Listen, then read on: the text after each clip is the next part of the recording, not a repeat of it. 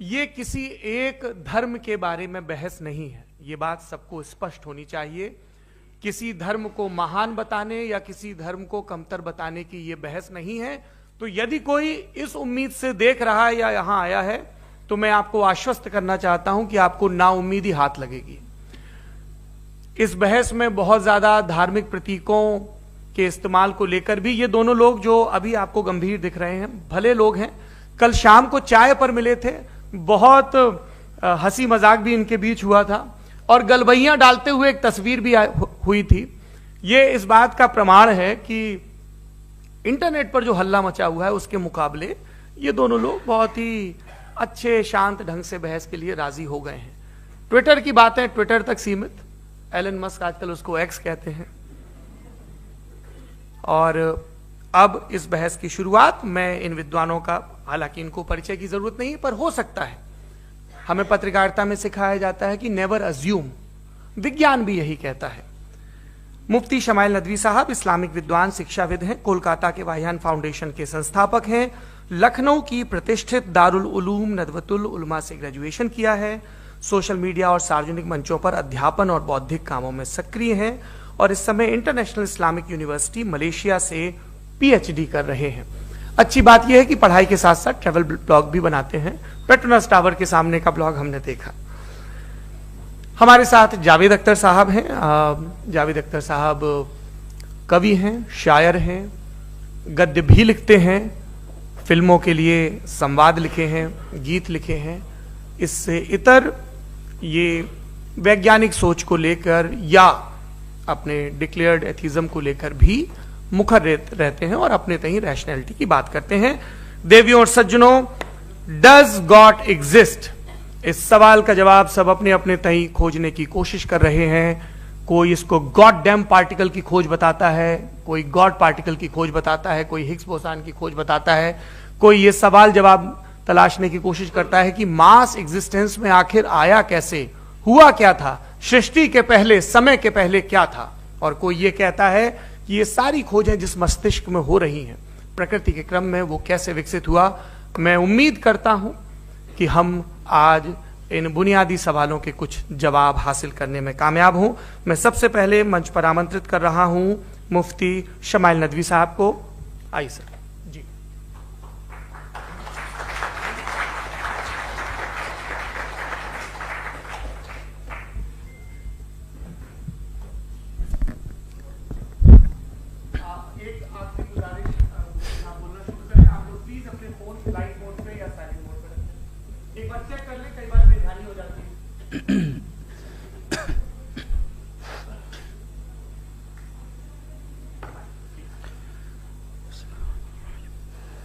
तमाम तारीफें उस क्रिएटर के लिए जिसने इस यूनिवर्स को एक मकसद के तहत पैदा किया है।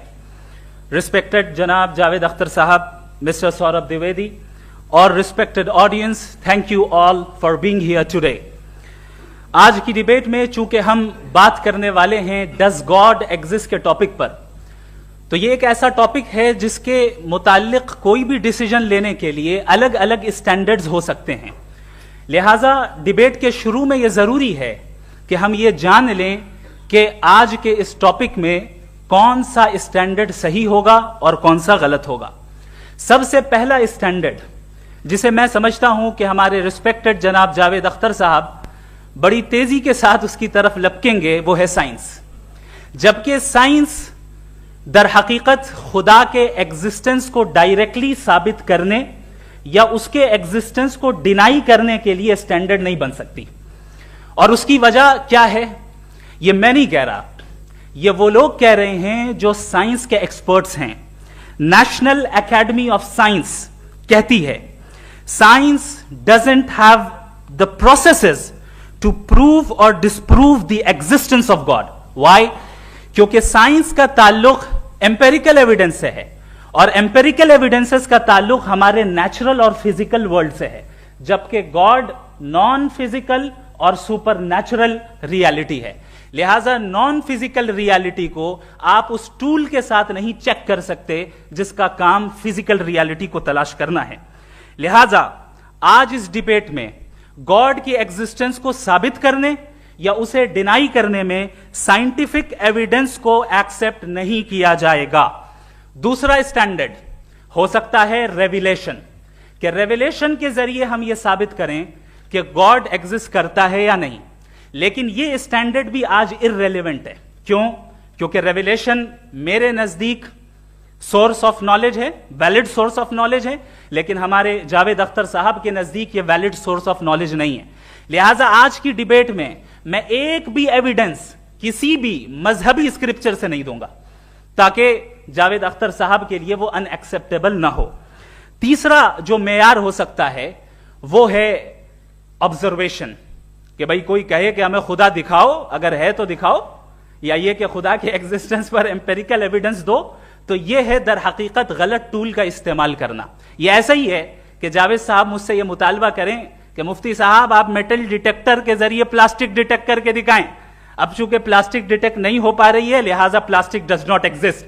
No, you are using the wrong tool. इस टूल से प्लास्टिक को डिटेक्ट नहीं किया जाता। लिहाजा मैं समझता हूं कि गॉड के एग्जिस्टेंस पर एम्पेरिकल एविडेंस का मुतालबा करना एक बचकाना मुतालबा है, और हमारे रिस्पेक्टेड जनाब जावेद अख्तर साहब इस स्टेज से अब बहुत आगे निकल चुके हैं। अब बचता है एक ही स्टैंडर्ड, और वो स्टैंडर्ड है अक्ल, लॉजिक, रीजनिंग। और यही वो स्टैंडर्ड है जिसके तहत गॉड के एग्जिस्टेंस को साबित किया जाएगा या गॉड की एग्जिस्टेंस को डिनाई किया जाएगा। लेकिन चूंकि ये बहुत इंपॉर्टेंट और सेंसिटिव टॉपिक है, इसलिए लॉजिकल आर्ग्यूमेंट भी ऐसा होना चाहिए जो डेफिनेटिव हो, इनडेफिनेटिव ना हो, जो 2 और 2 4 की तरह बिल्कुल वाजे हो, जिसे लॉजिकली रिजेक्ट करना पॉसिबल नहीं हो। फॉर एग्जाम्पल हम कहें हमारे रिस्पेक्टेड मिस्टर सौरभ साहब, ये एक इंसान है और तमाम इंसान कॉन्शियस बीइंग है, लिहाजा नतीजा क्या निकला, हमारे सौरभ साहब भी कॉन्शियस बीइंग है। क्या ये इनडेफिनेट आर्ग्यूमेंट है या डेफिनेट आर्ग्यूमेंट है? ये डेफिनेट आर्ग्यूमेंट है। ये 2 और 2 की तरह वाजे है, इसमें किसी तरह जो है लॉजिकली इसको रिजेक्ट नहीं किया जा सकता। तो अगर आज हमारे जावेद अख्तर साहब ऐसी कोई अकली दलील और लॉजिकल एविडेंस दें खुदा के ना होने पर जो डेफिनेट भी हो, तो मैं ये ऐलान करता हूं कि यकीनन मैं उस एविडेंस को कबूल करूंगा और उस पर गौर करूंगा। लेकिन साथ में यह भी ऐलान कर देता हूं प्रेडिक्शन के तौर पर कि ऐसा कोई डेफिनेट आर्ग्यूमेंट कोई नहीं पेश कर सकता। दलील हम देंगे और डेफिनेटिव दलील देंगे, लॉजिकल दलील देंगे, ऐसी दलील देंगे जो एंटायर एथिस्टिक वर्ल्ड उसे रेफ्यूट नहीं कर सकती। चलें अब हम एक एग्जाम्पल सोचते हैं, एक सिनेरियो, सिंपल सिनेरियो, तमाम ऑडियंस से गुजारिश है, हम और आप एक आइसोलेटेड आइलैंड पर हैं, ऐसा आइलैंड जहां पे हमसे पहले कोई कभी नहीं गया। चलते चलते आपके सामने अचानक आपने देखा एक पिंक कलर की बॉल पड़ी हुई है। सबसे पहला सवाल आपके जहन में क्या आएगा कि यह बॉल यहां क्यों आई, कैसे आई, ये पिंक कलर की ही क्यों है, कोई और कलर भी हो सकता था, ये इसी शेप में क्यों है, कोई और शेप भी हो सकता था। नेचुरली आप इस तरफ पहुंचेंगे कि कोई ना कोई है जिसने इन स्पेसिफिक प्रॉपर्टीज के साथ इस बॉल को बनाया है और यहां पे रखा है। चूंकि आप जानते हैं कि ये जो बॉल है इसका एग्जिस्ट करना जरूरी नहीं है, ये एग्जिस्ट कर भी सकती थी, नहीं भी कर सकती थी, और एग्जिस्ट करना ही था तो किसी और फॉर्म में करती, किसी और कलर में करती। अब आप इस बॉल को एक्सपैंड करते चले जाएं, एक्सपैंड करते चले जाएं, एक्सपैंड करते चले जाएं, यहां तक कि ये बॉल यूनिवर्स के साइज की हो जाए। बताइए कि क्या साइज के बढ़ जाने से सवाल बदल जाएगा? हरगिज नहीं बदलेगा। अभी भी सवाल रहेगा, ये यूनिवर्स कहां से आया, इन स्पेसिफिक प्रॉपर्टीज के साथ कहां से आया, क्यों आया, किसने बनाया, यह सवाल उस वक्त भी वैलिड रहेगा। लेकिन यह सवाल अगर हम जनाब जावेद अख्तर साहब से करें तो चूंकि इनका वर्ल्ड व्यू एथिस्टिक है, और सिर्फ इनका नहीं, मतलब जितने भी एथिस्ट हैं और एथिस्टिक वर्ल्ड व्यू को रखने वाले से अगर आप ये सवाल करें कि ये यूनिवर्स कहां से आया, तो इनका जवाब या तो आर्ग्यूमेंट फ्रॉम इग्नोरेंस होगा या डॉगमेटिक होगा। या तो ये कहेंगे कि मुझे नहीं पता कि ये कहां से आया, लिहाजा गॉड डज नॉट एग्जिस्ट, ये आर्ग्यूमेंट फ्रॉम इग्नोरेंस है, या ये कहेंगे कि ये यूनिवर्स खुद ब खुद बन गया। इसका मतलब यह है कि उस बॉल को भी खुद ब खुद बन जाना चाहिए, लेकिन बॉल के ताल्लुक से ये एक्सप्लेनेशन एक्सेप्ट नहीं की जाएगी कि ये खुद ब खुद बन गई, लेकिन यूनिवर्स के ताल्लुक से कर दिया जाएगा। इसे हम दूसरे अल्फाज में डॉगमा भी कह सकते हैं। दूसरी चीज, हमारे जावेद अख्तर साहब जरूर गॉड ऑफ गैप्स की मिसाल भी जरूर देंगे और मिसाल देंगे कि पहले जमाने में बिजलियां कड़कती थी तो लोगों ने किसी एक खुदा की तरफ और बारिश होती थी तो दूसरे खुदा की तरफ मंसूब कर दिया, उनके पास दलील नहीं थी। यह हमारा वर्ल्ड व्यू है ही नहीं, यह हमारा वर्ल्ड व्यू है ही नहीं, क्योंकि नेचुरल फेनोमेना के प्रोसेस की इंटरप्रिटेशन को जान लेने से यह कहां से साबित हो गया कि गॉड एग्जिस्ट नहीं करता है। इस पर मैं इंशाअल्लाह अभी आगे बात करूंगा। आप हजरात ये भी देखेंगे और मैं ये एक्सपेक्ट करता हूं कि हमारे रिस्पेक्टेड जनाब जावेद अख्तर साहब जरूर इमोशनल आर्ग्यूमेंट्स भी देंगे, जो कि एक लॉजिकल फेलेसी है जब बात आती है ट्रुथ को डिसाइड करने में। क्यों? मिसाल के तौर पर वो कहेंगे कि अगर गॉड है तो इविल क्यों एग्जिस्ट करता है, जबकि मैं कहता हूं इविल का एग्जिस्ट करना गॉड के एग्जिस्ट करने की दलील है, उसके खिलाफ नहीं है। चूंकि अगर गॉड है तो हम सब उसके सामने अकाउंटेबल हैं, और अगर हम अकाउंटेबल हैं तो अकाउंटेबिलिटी के लिए इविल का मौजूद होना जरूरी है, उसके बगैर हम अकाउंटेबल नहीं हो सकते। और अगर हम अकाउंटेबल नहीं हैं तो हम जनाब जावेद अख्तर साहब से पूछेंगे कि आप बताएं कि फिर सफरिंग इस दुनिया में क्यों है? अगर खुदा नहीं है तो सफरिंग क्यों है? और उन लोगों के जज्बे का क्या जिनके अंदर सफरिंग के बाद इंतकाम लेने का जज्बा पाया जाता है और वो इस दुनिया से ऐसे ही चले गए, क्या उनकी सारी तकलीफें बेकार चली जाएंगी? अब आ जाएं उसी एग्जाम्पल की तरफ कि बॉल, मुझसे अगर कोई पूछे इस बॉल को किसने बनाया और या इस एक्सपेंडेड बॉल को किसने बनाया, मैं कहूंगा कि चूंकि ये यूनिवर्स और इस यूनिवर्स की तमाम चीजें कॉन्टिंजेंट हैं। कॉन्टिंजेंट होने का मतलब ये होता है कि जो अपने एग्जिस्टेंस पे किसी के ऊपर डिपेंड करती हो, तो जाहिर है ये यूनिवर्स कॉन्टिंजेंट है। और अगर कोई चीज कॉन्टिंजेंट नहीं है तो मैं रिक्वेस्ट करूंगा कि मुझे दिखा दें कि कौन सी चीज यूनिवर्स में कॉन्टिंजेंट नहीं है, हम भी जरा गौर कर लें और हम भी देख लें। और जब कॉन्टिंजेंट चीजें मौजूद हैं तो फिलोसोफर्स की इस्तिलाह के मुताबिक, हम उस टर्मिनोलॉजी के मुताबिक हम उस जगह तक पहुंचते हैं और उस हस्ती तक पहुंचते हैं जिसे नेसेसरी बीइंग कहा जाता है, कि ये वो नेसेसरी बीइंग है जिसका मौजूद ना होना नामुमकिन हो। क्योंकि अगर ये मौजूद ना हो तो सारी चीजें एग्जिस्टेंस में आएंगी ही नहीं, और ये सारी कॉन्टिंजेंट चीजें उसी के ऊपर डिपेंड करती हैं। अब अगर आप ये सवाल करते हैं कि फिर उस हस्ती को किसने बनाया, फिर उसका कॉज क्या है, फिर उसका कॉज क्या है, फिर उसका कॉज क्या है, और एंडलेसली चले जाएं, इसे हम कहते हैं इन्फिनिट रिग्रेस ऑफ कॉजेस, जो कि लॉजिकल फेलेसी है। कॉन्सेप्चुअली इंफिनिटी पॉसिबल है। मिसाल के तौर पे न्यूमेरिकल्स 1 2 3 गिनते चले जाएं, इन्फिनिट नंबर्स हैं। मैं कॉन्सेप्चुअली बात नहीं कर रहा, प्रैक्टिकली रियलिटी में साबित करके दिखाएं कि infinite regress of causes possible हैं या नहीं। अगर पॉसिबल हैं तो हम मान लेंगे, मिसाल दे दें, और पॉसिबल नहीं है तो एक ही ऑप्शन बचता है जिसे हम कहते हैं नेसेसरी बीइंग। ऐसी नेसेसरी बीइंग जो इंडिपेंडेंट है, क्योंकि अगर वो डिपेंडेंट हुई तो वो नेसेसरी नहीं रहेगी। ऐसी इंडिपेंडेंट बीइंग जो इटर्नल है, अगर वो इटर्नल नहीं होगी, उसकी बिगिनिंग होगी तो वो खुद कॉन्टिंजेंट है। ऐसी बीइंग जो पावरफुल है, क्योंकि कॉन्टिंजेंट को एक्चुअलाइज करने के लिए पावर चाहिए। ऐसी बीइंग जो इंटेलिजेंट है और नॉलेजेबल है, क्योंकि ये यूनिवर्स स्पेसिफिक फॉर्म और स्पेसिफिक लॉज ऑफ नेचर के तहत प्रिसाइजली चल रहा है। Thank you. थैंक यू मुफ्ती साहब। मैं इन दलीलों के बाद जावेद अख्तर साहब से गुजारिश करूंगा, आप बैठ के बोलना चाहेंगे या वहां? जी।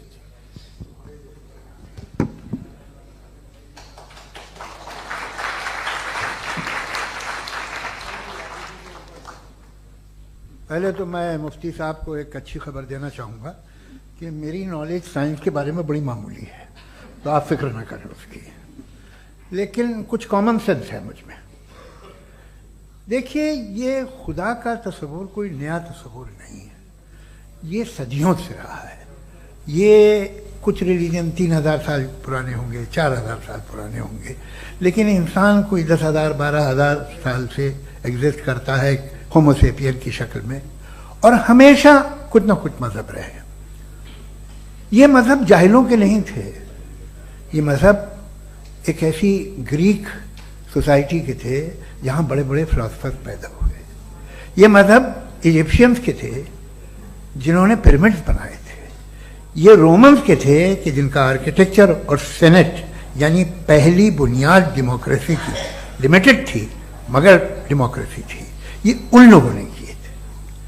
तो इनका जो जुपिटर था, रा था, ज़्यूस था, उन्हें उस पर इतना ही एतमाद था जितना आज किसी मजहबी आदमी को अपने खुदा पे होगा। क्रिश्चियनिटी आने से पहले यूरोप में एक मजहब था, जर्मेनिक रिलीजन। उसका एक खुदा था, उसकी एक बीवी थी, उसके 2 बेटे थे, एक बेटी थी। कि जर्मनी में जब यूरोप में क्रिश्चियनिटी आई तो वो खुदा, उसकी बीवी और पूरे ख़ानदान चला गया। तो हमने, अगर हम हिस्ट्री देखें तो खुदा जो है वो ज़्यादातर फ़नी है, वो हमेशा रहे नहीं। और वो जो लोग इन्हें मानते थे उनको आप कहें वो तो जाहिल थे, उन्हें तो कुछ पता ही नहीं था, ऐसा नहीं है। वो अपने वक्त में बड़े काबिल लोग थे और अपने वक्त में उन्होंने बड़े बड़े काम किए हैं, फिलोसफर्स थे, साइंटिस्ट थे, लेकिन उनका मजहब कहाँ गया, उनके खुदा कहाँ गए? आज जो खुदा हैं दुनिया में लोग उन्हें मानते हैं। आपको क्या मालूम कि कितने बरसों के बाद क्या होने वाला है? हम यूरोप में देखते हैं तो चर्च खाली हैं। तो वक्त के साथ चीज़ें बदलती हैं। जहाँ तक इसका ताल्लुक है मजहबों का, हर मजहब आपसे एक चीज मांगता है, फेथ। ये फेथ क्या चीज होती है? What is the difference between faith and belief? ये तो बहुत ही अहमखाना बात होगी कि कोई आदमी कहे साहब अगर खुदा है तो मुझे दिखाइए। ये तो जाहिलाना बात हुई। मैंने तो नॉर्थ पोल नहीं देखा है, मगर मैं मानता हूं कि नॉर्थ पोल है। मैं क्यों मानता हूं? इसलिए कि अगर ये दुनिया राउंड है तो उसका कोई टॉप होगा। कुछ लोग हैं जो वहां गए भी हैं, कॉमन सेंस कहता है कि ऐसा होगा, सबूत है, गवाह है, रीजन है। तो ये मेरा फेथ नहीं है। तो फेथ में और बिलीफ में डिफरेंस क्या है? जो मजहब मांगता है आपसे, हर मजहब फेथ मांगता है। फेथ का मतलब यह है कि ना कोई गवाह हो, ना कोई सबूत हो, ना कोई रैशनल हो, ना कोई लॉजिक हो, ना कोई प्रूफ हो, मगर तुम एक बात को मानो। यह है फेथ। वरना बिलीफ होता। अगर इसमें कुछ भी सबूत होते, गवाह होते, तो फिर इसे आप बिलीफ कहते। जैसे मेरा बिलीफ है कि नॉर्थ पोल है, मेरा फेथ थोड़ी है। फेथ इन तमाम शर्तों को रद्द करता है। तो फिर स्टुपिडिटी क्या है? अगर मैं एक बात ऐसी मानूं जिसकी ना कोई लॉजिक है, ना कोई रैशनल है, ना कोई प्रूफ है, ना कोई गवाह है, ना कोई सबूत है, और मैं उसे मानूं, तो ये स्टुपिडिटी हुई। इसे ही भाई कल को मैं यकीन कर लूं कि एलॉन मस्क जो है मेरा भाई है, तो मुझे इंतहाई खुशी होगी, सुकून भी बहुत मिलेगा मुझे। लेकिन और कहे भाई क्यों मानते हो, क्या सबूत है भाई, वो तो अमेरिकन है और तुम तो इंडियन हो, वो तो नस्ल अलग है, तुम्हें कभी मिले भी नहीं। साहब देखिए मेरा फेथ है, इस पे बात न किया। फेथ का मतलब ही यह है कि आप प्रूव नहीं कर सकते। अगर आप प्रूव कर सकते हो तो फेथ की जरूरत ही नहीं, फिर तो आप बात करेंगे, आप कितनी बहस कर लीजिए। अल्टीमेटली दुनिया का हर मजहब फेथ पे टिका है, और फेथ का मतलब है एक ऐसा यकीन जिसका कोई सबूत, कोई गवाह, कोई रैशनल नहीं। अब आप ये कहें, क्या आप ये क्यों कह रहे हैं कि साहब ये कायनात किसने बनाई? कमाल ये है कि आपने बताया कि एक आइलैंड पे गए और एक बॉल देखी। आपने ये नहीं कहा कि आइलैंड किसने बनाया, आपको सिर्फ बॉल पे हैरत हुई।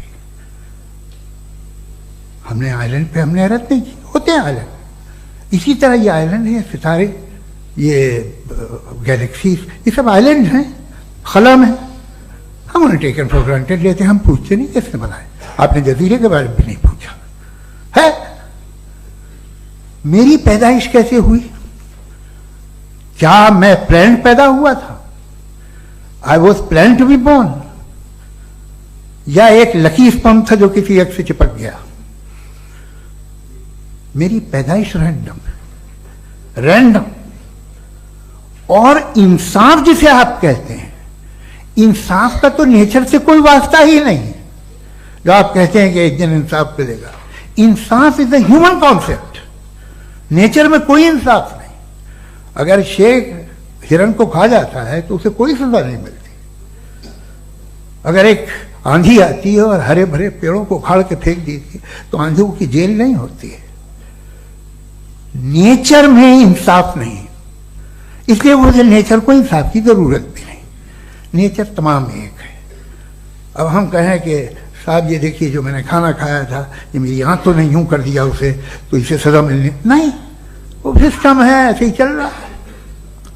नेचर बगैर इंसाफ के है। इंसाफ इज अ ह्यूमन कॉन्सेप्ट। तो जो आपसे कहता है कि मैं तुम्हें इंसाफ दूंगा, वो इंसानी जहन की पैदावार है। ये नेचुरल है ही नहीं, ये आसमानी है ही नहीं। नेचर का तसव्वुर, इंसाफ का तसव्वुर। भाई आप साथ मिलते हैं, अब आप लेफ्ट हैंड ड्राइव कर दिया, ये क्या है? तमाम सच, तमाम नेकी, तमाम शराफत लेफ्ट हैंड ड्राइव है। वरना क्या होगा, या तो आप क्रॉस कर देंगे, आपका एक्सीडेंट हो जाएगा, या आप किसी को मार देंगे, या ट्रैफिक जैम हो जाएगा। झूठ, बेईमानी, रिश्वतखोरी, ये तमाम जो है driving on the wrong side है। इसके ऊपर कुछ नहीं। ये तो हमने बनाया, जैसे हमने लेफ्ट हैंड ड्राइव बनाई है। ये कॉन्सेप्ट ऑफ इंसाफ जो है ये हमारा है, इसका नेचर से कोई वास्ता नहीं। शेर खा जाता है हिरन को, उसे जेल होती है क्या? कुछ भी नहीं, है ही नहीं। तो ये जो दुनिया के रिलीजन प्रॉमिस करते हैं आपसे इंसाफ, इसी से मालूम होता है कि ये मैन मेड है। ये तसव्वुर कहीं और का है ही नहीं। जो नेचर है, कुछ लोग कहते हैं नेचर ही खुदा है, तो नेचर में तो इंसाफ नहीं कहीं। और आप वादा कर रहे हैं कि तुम्हें मरने के बाद इंसाफ मिलेगा। मुझे अगर मिलेगा तो मैं बहुत खुश होऊंगा, लेकिन मैं यकीन नहीं कर पाता हूं, इसलिए कि मैं फेथ नहीं पैदा कर सकता। The very fact that religions demand faith, इसका मतलब है कि उनके पास जस्टिफिकेशन नहीं है। अच्छा साहब, फिर रिलीजन अगर मॉडरेशन में है, कोई सा भी नहीं, वो आप में कुछ खूबियां भी पैदा करता होगा, देखिए उससे ये फायदा है, वो फायदा है। अल्कोहल जो है वो ज्यादातर दवाओं में यूज होती है, और एक सर्वे किया गया था अमेरिका में कि लॉन्जिटिविटी किन लोगों की है। तो एक तरफ वो लोग थे जो शराब पीते ही नहीं थे, और एक तरफ वो थे जो एक बोतल शराब रोज पीते थे। सबसे ज्यादा लंबी उम्र की है जो 2 पैक नाप के शराब पीते और खाना खाते हैं। मगर हम शराब को बुरा समझते हैं, मैं भी बुरा समझता हूं। क्यों? ऐसा होता नहीं। कुछ चीजों में आदत होती है जो बढ़ती है। आज तक में एक आदमी दूध पीता है, आप 10 साल बाद भी मिलेंगे तो एक ही गिलास पीता होगा। ऐसा नहीं होता, सुबह से दूध पीता रहता है।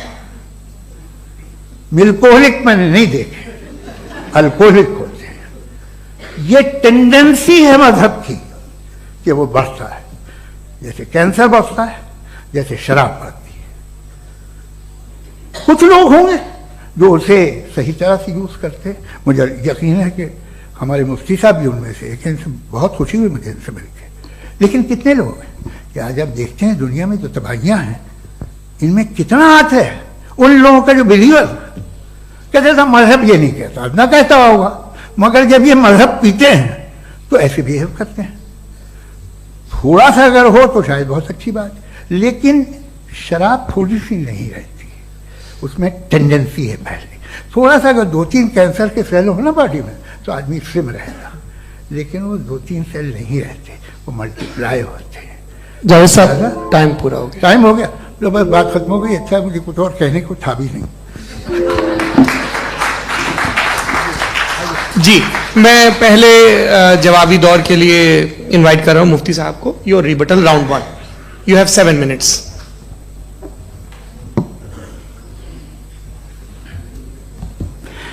Thank you very much Javed साहब, आपकी बात को सुनकर बड़े महजूज हुए हम लोग। महजूज, do you understand? We enjoyed.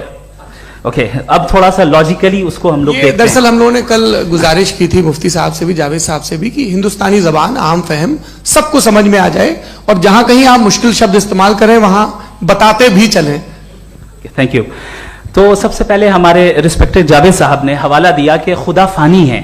कितने मजहब आगे चले गए, किसी ने जुपिटर को खुदा माना, किसी ने किसी को माना। मैं कहता हूं जिसने कॉन्टिंजेंट चीज को खुदा माना, गलत माना, वो खुदा ही नहीं, वो खुदा ही नहीं है।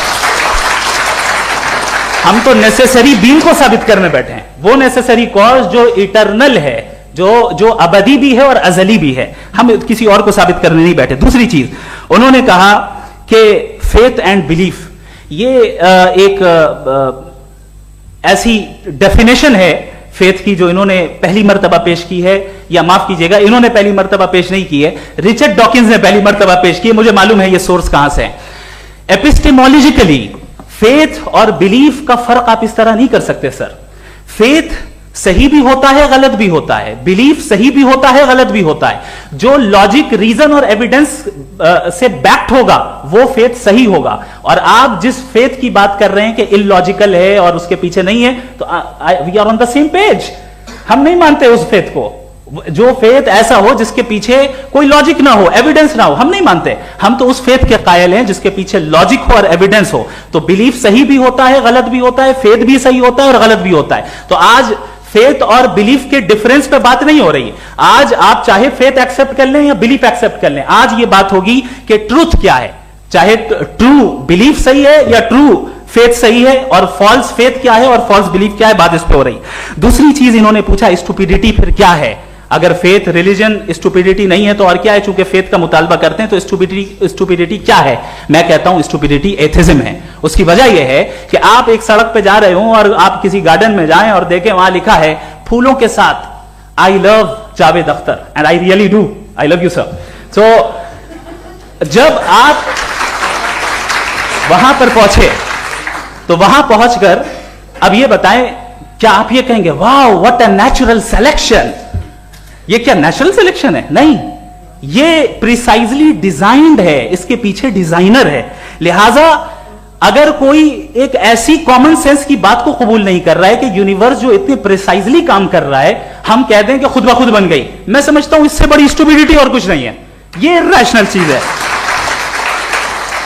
फिर हमारे सर ने कहा कि आपने बॉल पे फोकस किया, आइलैंड पे फोकस नहीं किया। अरे आइलैंड को किसने बनाया यही समझाने के लिए तो बॉल की मिसाल दे रहा हूं। और बॉल भी कॉन्टिंजेंट है, आइलैंड भी कॉन्टिंजेंट है, दोनों नेसेसरी बीइंग का मुतालबा करते हैं। आगे इन्होंने कहा कि नेचर में कोई इंसाफ नहीं है, हम डिसाइड करते हैं कि मोरालिटी क्या होती है, इंसाफ क्या होता है, हम डिसाइड करते हैं। जैसे ड्राइविंग सीट में ट्रैफिक वाला, ये तो किसी खुदा ने नहीं कहा, ये है, इसे कहते हैं फॉल्स इक्विवेलेंस। ये एक लॉजिकल फेलेसी है।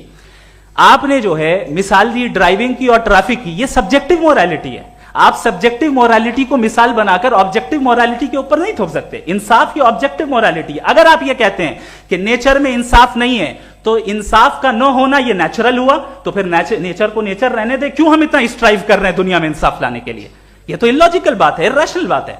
इसलिए बहुत सी चीजें ऐसी हैं जो ऑब्जेक्टिवली जो है इविल या गुड हैं, और बहुत सी चीजें ऐसी हैं जो सब्जेक्टिवली हैं। सब्जेक्टिवली जो मोरल होता है या इमोरल होता है, उसको हम सोशल कंसेंसस से या पर्सनल प्रेफरेंस से डिसाइड करते हैं। लेकिन जो ऑब्जेक्टिव मोरालिटी है, जिसमें इंसाफ आया, जो इन्होंने बार बार रिपीट किया, ये ऑब्जेक्टिव है, सब्जेक्टिव नहीं है। अगर आप कहते हैं ये सब्जेक्टिव है, तो मेरा सवाल आपसे यह है, क्या सोशल कंसेंसस के जरिए अगर जुल्म को सही करार दे दिया जाएगा तो आप जुल्म को जस्टिफाई करेंगे? दूसरी चीज इन्होंने यह कहा कि 2 पैक शराब पी लें तो वो उतने पे नहीं रहता, बढ़ जाता है। यही मामला मजहब के साथ है। 2 पैक आप पी लें, बढ़ेगा। तो ये एक ऐसी मिसाल है, इसको कहीं भी फिट कर लें कि आप एथिज्म पे जब फिट करें, जब आप 2 पैक एथिज्म का लेंगे ना, तो वो बढ़ बढ़ के नॉर्थ कोरिया बनेगा। Thank you.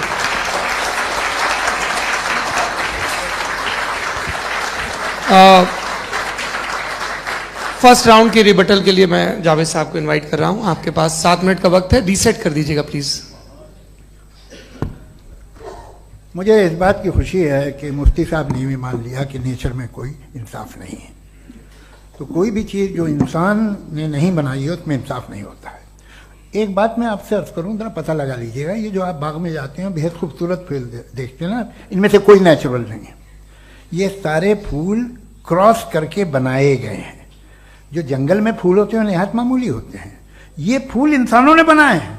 जो आप बाग में देख के वाह वाह कहते हैं, ये इंसानों के बनाए हुए हैं। डिफरेंट फूलों को क्रॉस करके, डेवलप करके, फिर क्रॉस करके इस तरह से बनाए गए। नेचुरल फ्लावर नहीं। किसी जंगल वीरान में जाके आप गुलाब के फूल नहीं देखेंगे। ये सब बनाए हुए इंसान ने, बहुत से काम इंसान ने किए हैं।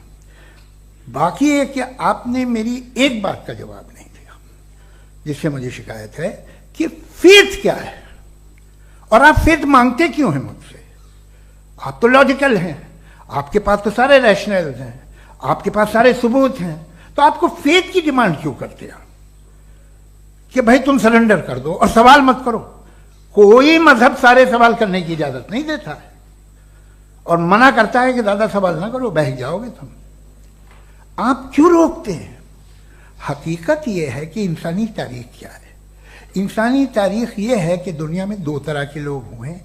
एक वो जिन्होंने अपनी लाइल्मी की परस्तिश की है, दूसरे वो जिन्होंने अपनी इग्नोरेंस या लाइल्मी से झगड़ा किया है और मालूम किया है कि क्या है। ये जो आप कह रहे हैं, आज आप हैरान हैं कि भाई ये यूनिवर्स कैसे बनी। लोग हैरान थे कि सूरज डूबता है तो इधर से कैसे निकलता है। और आप एक कदम जाके हमेशा का मानने को तैयार है, एक कदम पीछे ही मान जाइए। भाई आप इसके बाद जाते हो, कहते सवाल ना करना कि ये कहां से आया, ये पावर तो हमेशा से हमेशा रहेगी। तो आप यूनिवर्स के बारे में मानने में क्या तकलीफ है? एक कदम पहले रुक जाइए, ये हमेशा से थी या नहीं थी हमें मालूम नहीं है। और ये कहना कि हमें मालूम नहीं है, कमाल ये है कि दुनिया के सारे मजहब सब जानते हैं ये दुनिया कैसे बनी थी, कैसे मिटेगी, मरने के बाद क्या होगा, इनको सब इल्म है।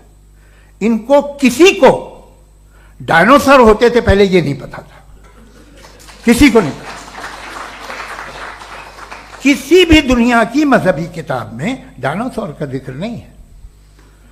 लेकिन बाकी सब बातें, how to make universe in 4 easy lessons and बाकी सब पता है।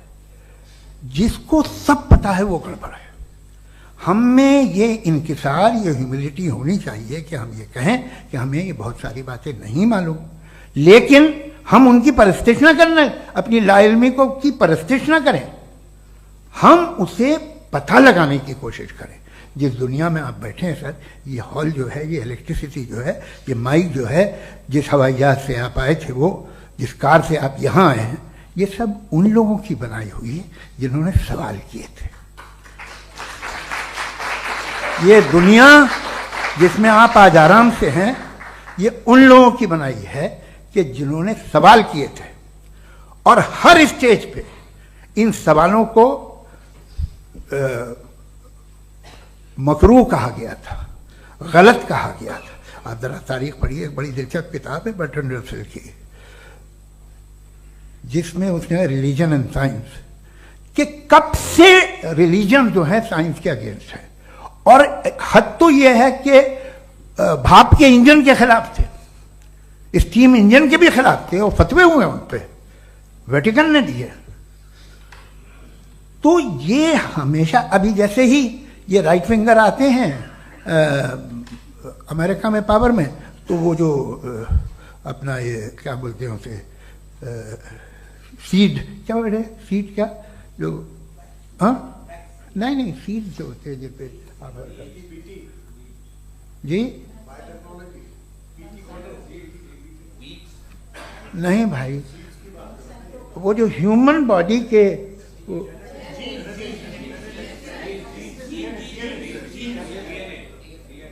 उस पर रिसर्च बंद हो जाती है, रिपब्लिकन नहीं करने देते।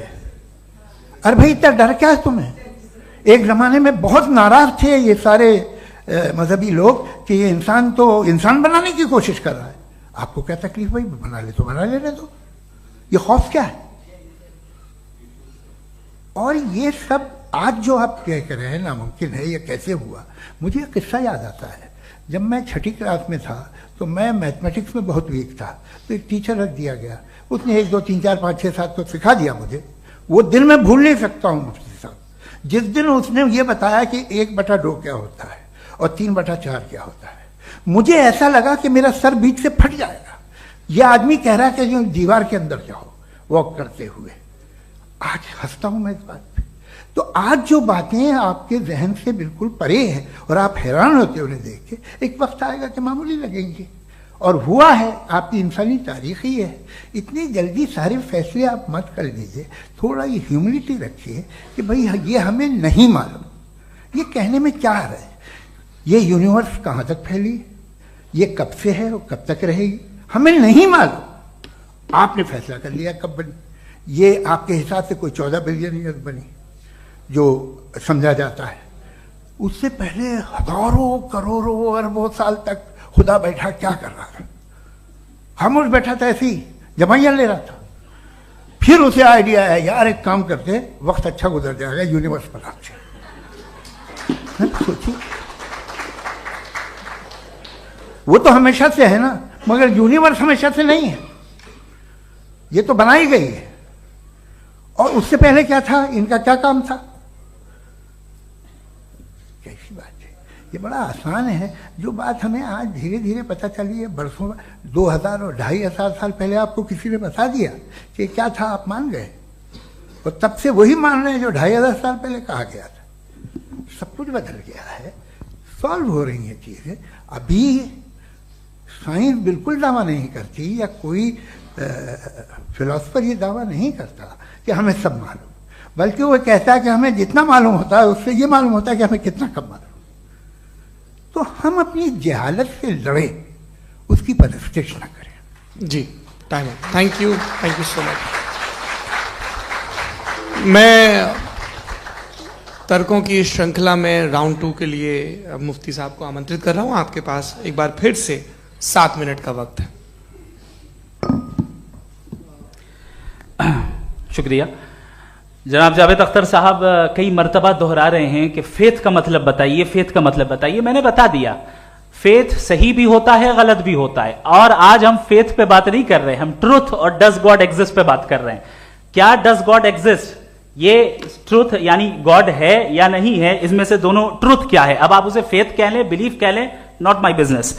उसके बाद आपने कहा कि भाई सवाल करने से मजहब रोकता है।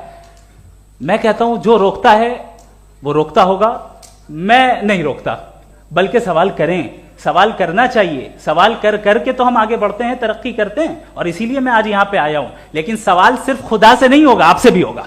सवाल एथिज्म से भी होगा, सवाल सिर्फ मजहब से नहीं होगा, सबसे होगा। और आज मैं सवाल करूंगा और उम्मीद है कि आप जवाब देंगे। अभी तक आपने वैसे कॉन्टिंजेंसी आर्गुमेंट का कोई जवाब नहीं दिया। चलें, आपने कहा यूनिवर्स के बारे में इटर्नल क्यों नहीं बोल देते। ये चूंकि लॉजिकली पॉसिबल ही नहीं है कि यूनिवर्स इटर्नल हो। यूनिवर्स एक कॉन्टिंजेंट चीज है जो टाइम एंड स्पेस के पाबंद है, टाइम एंड स्पेस से बाउंड है।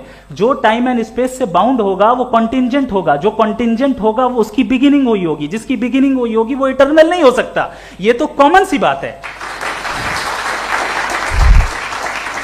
आपने कहा कि किसी मजहबी किताब में डायनासोर का जिक्र नहीं है। अफसोस कि आज तक किसी मैथमेटिक्स की किताब में मुझे डायनासोर का जिक्र नहीं मिला।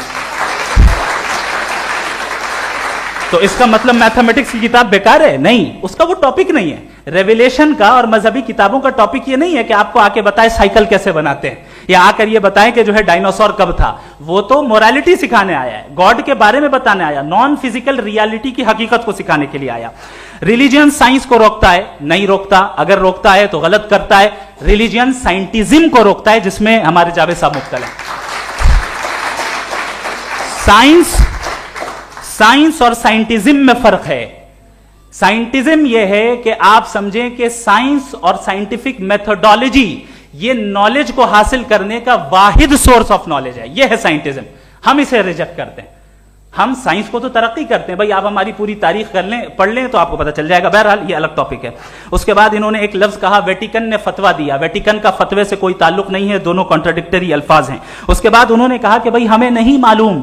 अगर नहीं मालूम तो क्लियरली कह देना कि नहीं मालूम है, इसमें क्या हरज है। तो वही तो मैं कह रहा हूं ना कि आप कह दें कि नहीं मालूम, लेकिन क्लेम क्यों कर रहे हैं कि गॉड एग्जिस्ट नहीं कर रहा है। आप कह दें नहीं मालूम है, हो सकता है हो सकता ना हो, लेकिन आप क्लेम कर रहे हैं। The moment you say God does not exist, this is a claim, and now the burden of proof is upon you too, जैसे हमारे ऊपर है।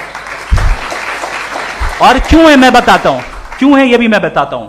फिलोसॉफिकली जो क्लेम होता है ना, सिर्फ ये नहीं होता कि इंसान कहे पॉजिटिव क्लेम करे और नेगेटिव क्लेम करे तो बर्डन ऑफ प्रूफ नहीं है।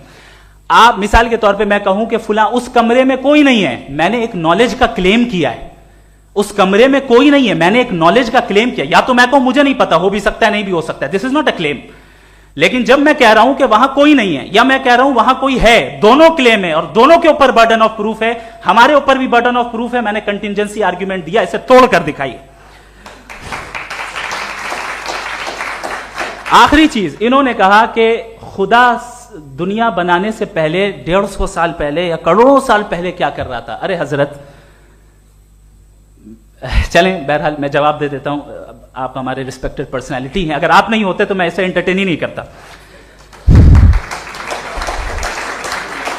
टाइम, ये 100 साल पहले या 100 साल बाद, पहले बाद में अभी, ये वो अल्फाज हैं जिनका ताल्लुक टाइम से है। टाइम शुरू ही हुआ है यूनिवर्स की बिगिनिंग के बाद, तो उसके पहले खुदा क्या कर रहा था? सवाल इलॉजिकल है, ये फेलेसी है। यानी आप ये कह रहे हैं कि यूनिवर्स के बनने से पहले खुदा क्या कर रहा था? टाइम के बनने से पहले, पहले का ताल्लुक टाइम से, टाइम उस वक्त था ही नहीं, तो ये सवाल ही इनवैलिड है खुदा के ताल्लुक से। दूसरी चीज, आर्ग्यूमेंट ऑफ कंटिंजेंसी जो मैंने आपके सामने पेश की है, आपने बार बार ये प्रूफ किया और ये कह रहे हैं कि गॉड ऑफ गैप्स। देखिए, पहले नहीं मालूम था, साइंस ने कर दिया। सिंपल्स की मिसाल से मैं समझा देता हूं। जिस गैप्स की आप बात कर रहे हैं ना, साइंस उन गैप्स को जिन चीज के जरिए भी प्रूव करेगा वो कॉन्टिंजेंट ही होगा, अब चाहे वो फोर्स हो, मैटर हो या एनर्जी हो।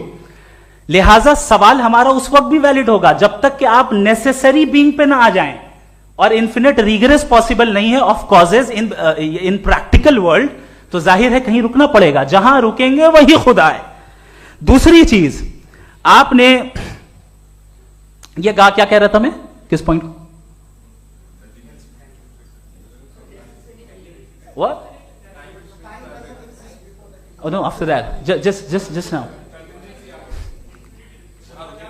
हाँ, जहां रुकेंगे वही खुदा है। बहरहाल, तो टाइम का जिक्र हो गया, गॉड ऑफ गैप, सॉरी, या इसकी एक मिसाल आप ले लें।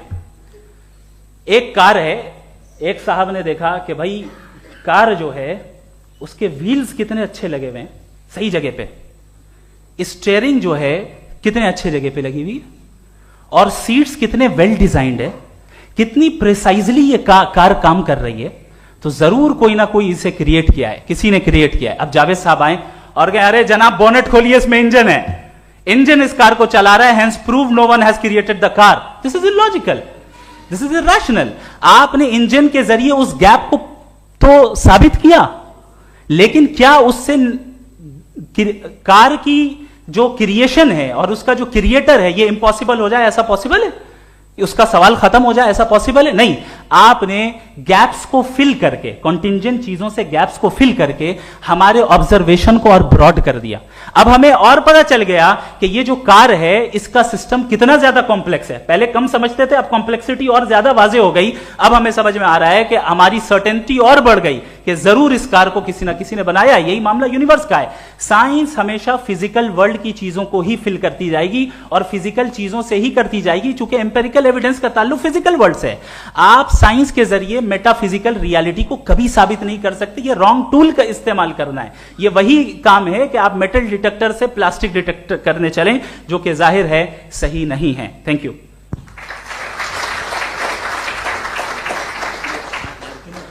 जी, ये आर्ग्यूमेंट का राउंड 2 है। हाँ। 7 मिनट है। पहले तो मैं आपसे अर्ज करूं कि आपने कहा कि जब कायनात ही नहीं थी तो वक्त भी नहीं था, कुछ भी नहीं था। कैसे नहीं था? खुदा था, एक एग्जिस्टेंस तो था ना खुदा का।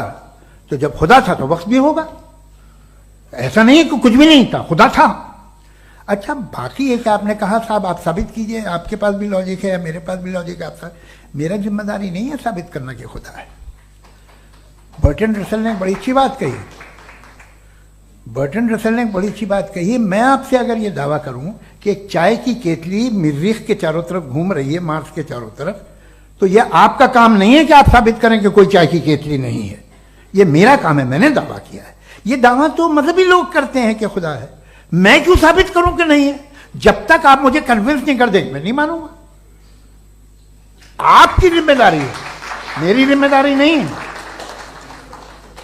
दोयम ये कि ये जो आप कह रहे हैं, जो गैप्स हैं, ये गैप जब जब किसी मजहब को चैलेंज करते हैं, जब ऐसा कोई बात आती है तो हंगामा हो जाता है कि जब वो चैलेंज करें किसी फेथ को।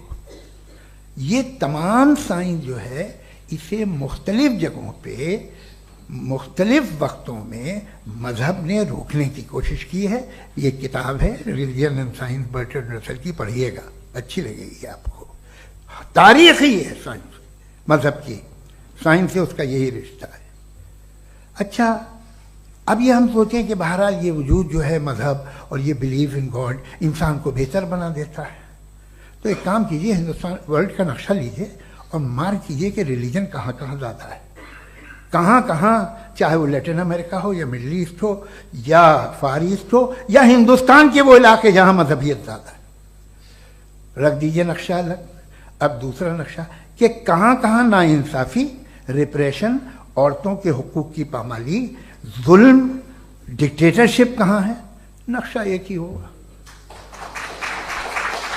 तो आप मुझे बताएं कि जो इसका तरकीब इस्तेमाल क्या है, खुदा का तरकीब इस्तेमाल तो बताइए। आप छोटी सी दवा सड़क पे बेचते हैं उसकी भी तरकीब इस्तेमाल बताते हैं, इसके इस्तेमाल से तो फायदे नहीं हुआ किसी को। जो सारे के सारे खराब मुल्क हैं, खराब समाज है, वो सारे जुल्म खुदा के नाम पे करते हैं। वो गलत करते हैं, सही करते हैं, मुझे क्या लेना देना उससे। इस्तेमाल से मालूम होता ना। एक विस्की की बोतल कभी शायद देखी हो आपने, लाल रंग की होती है, उस पर रोशनी और छपड़ा इंतहाई खूबसूरत लगती है, क्या बिगाड़ रही है किसी का, उसका इस्तेमाल गलत है, इसलिए आप उसे नापसंद करते हैं। इसका इस्तेमाल गलत है, इस तसव्वुर का इस्तेमाल ही गलत है और हमेशा से गलत हुआ है। आप देख लीजिए, इंसानी तारीख देख लीजिए, आज देख लीजिए, हिंदुस्तान देखिए, दुनिया देख लीजिए क्या हो रहा है। इसे कैसे इस्तेमाल कर रहे हैं फेथ वाले लोग, क्या फेयर हैं, जस्ट हैं, जो अपने खुदाओं पे यकीन रखते हैं, वो किस तरह के लोग हैं?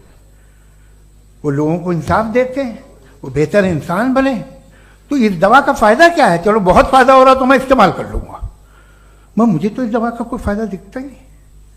मुझे तो ऐसा लगता, मैं एक और बात बताऊं, अगर कोई आदमी मजहबी है और अच्छा आदमी है तो मैं उसकी बहुत इज्जत करता हूं, इसलिए कि मेरा ख्याल है मजहबी आदमी का अच्छा होना मुझसे अच्छा होने से ज्यादा मुश्किल है। भाई हर चीज की एक लिमिट है, आप इतना भाग सकते हैं, इतना नहीं भाग सकते, इतना वजन उठा सकते, इतना नहीं उठा सकते, इतना दूर देख सकते हैं, इतना दूर नहीं देख सकते। उसी तरह कॉमन सेंस कहता है कि आप में नेकी का भी एक कोटा होगा। अब आप अगर सुबह जाते हैं अपनी इबादत गाह और इबादत करते हैं तो बाहर निकलते हैं तो आप तो यही महसूस करते हैं कि आपने एक बहुत अच्छा काम किया, आपकी नेकी का एक बहुत बड़ा कोटा खर्च हो गया जिससे किसी का कोई फायदा नहीं। मैं तो नहीं जाता हूं तो मुझे तो किसी को खाना खिलाना पड़ेगा, किसी बेवा की मदद करनी पड़ेगी, मैं अपना कोटा कैसे कंज्यूम करूं? आप अपना कोटा, सारे मजहबी लोग इंतहाई यूजलेस कामों में यूज करते हैं, उसके बाद भी अगर आप में बच्ची है थोड़ी सी शराफत तो भाई वाह क्या बात है।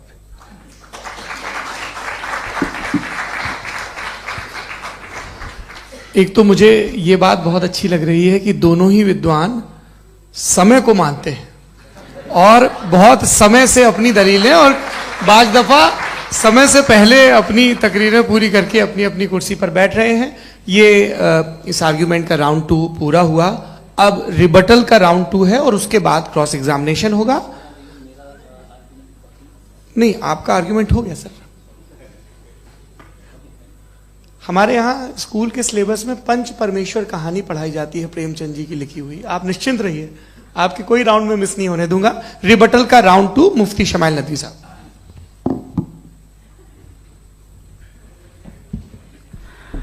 असल में जो हकीकी प्रॉब्लम है, असल प्रॉब्लम है वो ये है कि जावेद साहब के पास कॉन्सेप्ट ऑफ गॉड क्लियर नहीं है।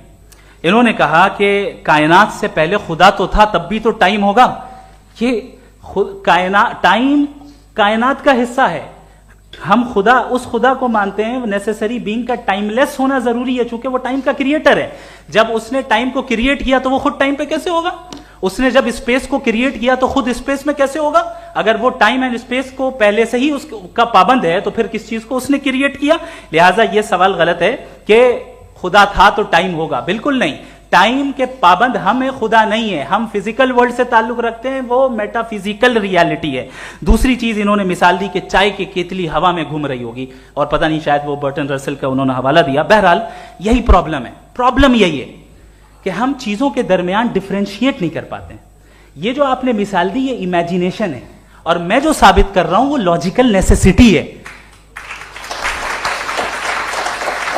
आप इमेजिन करने आए तो कुछ भी करें, जुपिटर में पिंक एलिफेंट होगा, यूनिकॉर्न होगा, करें, उससे कायनात पे क्या फर्क पड़ता है? उससे आप लॉजिकल नेसेसिटी साबित नहीं कर सकते। मैं तो उस प्राइम कॉज की बात कर रहा हूं, उस नेसेसरी बीइंग की बात कर रहा हूं जिसके बगैर इस कायनात का एग्जिस्टेंस मुमकिन नहीं है। दूसरी चीज, मजहब को साइंस चैलेंज करती है वगैरह वगैरह, ये हमारा टॉपिक ही नहीं है।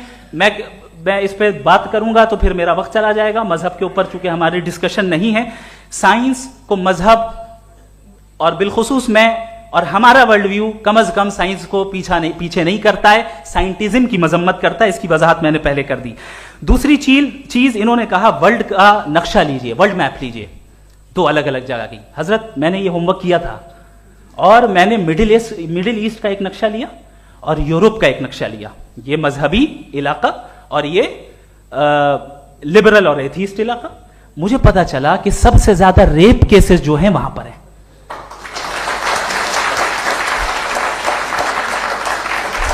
मुझे यह पता चला यूएन की रिपोर्ट के मुताबिक, मैं ये अपने घर से नहीं लेके आ रहा, कि जो वर्किंग वुमेन है यूरोपियन कंट्रीज में, उसमें 81% वुमेन सेक्सुअल हैरेसमेंट का वर्क में शुमार हो रही है। ये मिडिल ईस्ट में नहीं हो रहा है, वो मजहबी लोग हैं इसलिए नहीं हो रहा है।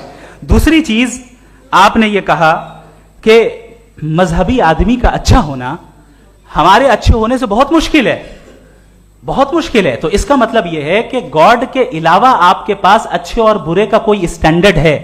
मैं चाहूंगा कि कन्वर्सेशनल स्टाइल वाली डिस्कशन और सेगमेंट पे इसी पे बात कर लेते हैं। Thank you very much.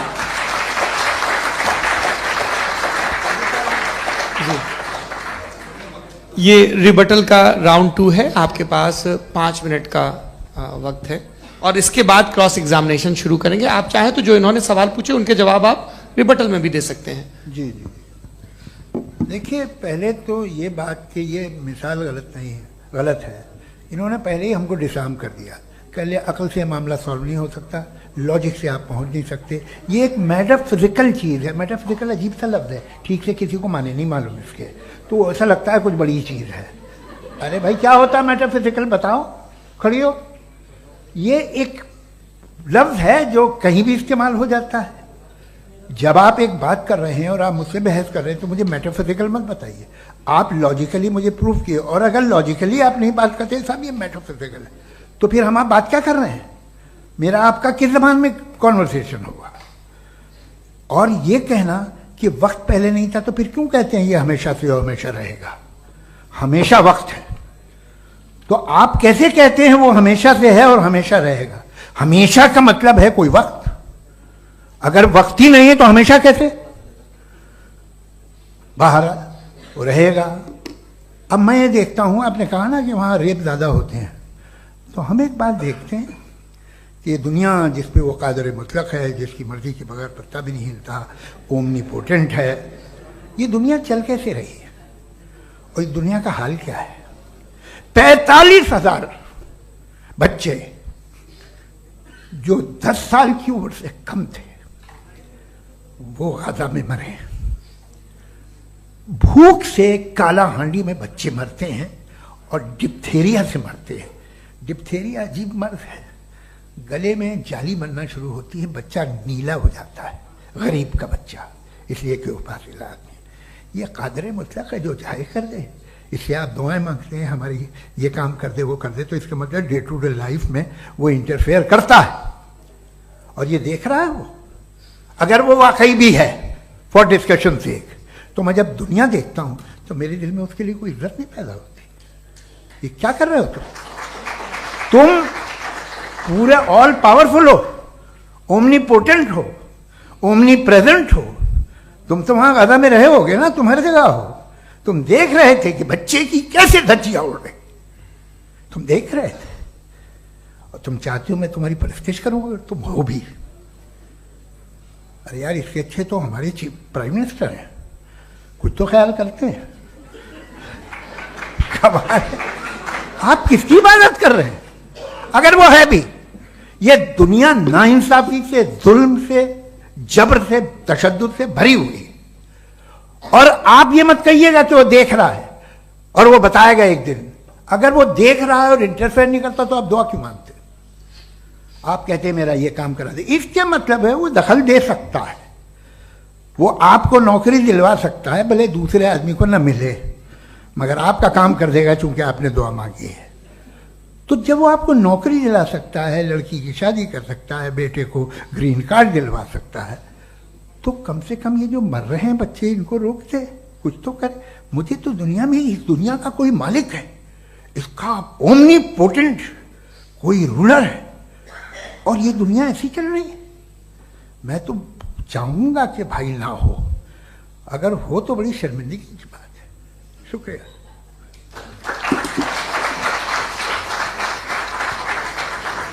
देवियों और सज्जनों, इस बहस के 2 राउंड और 2 रिबटल पूरे हो चुके हैं।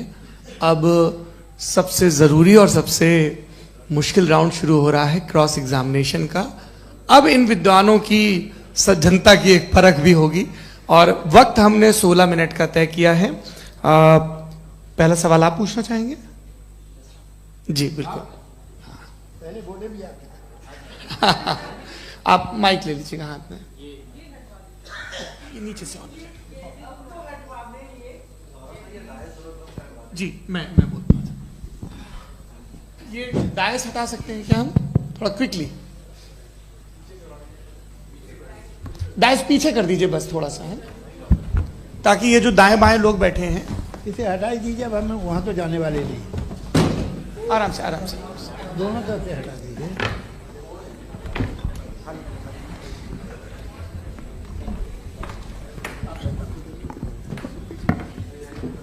इस बीच आप लोग भी अपने अपने सवाल तैयार कर लें।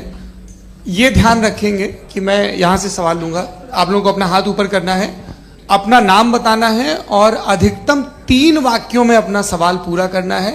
कई लोग सवाल की जगह भाषण देने लगते हैं, उससे आज बचना है।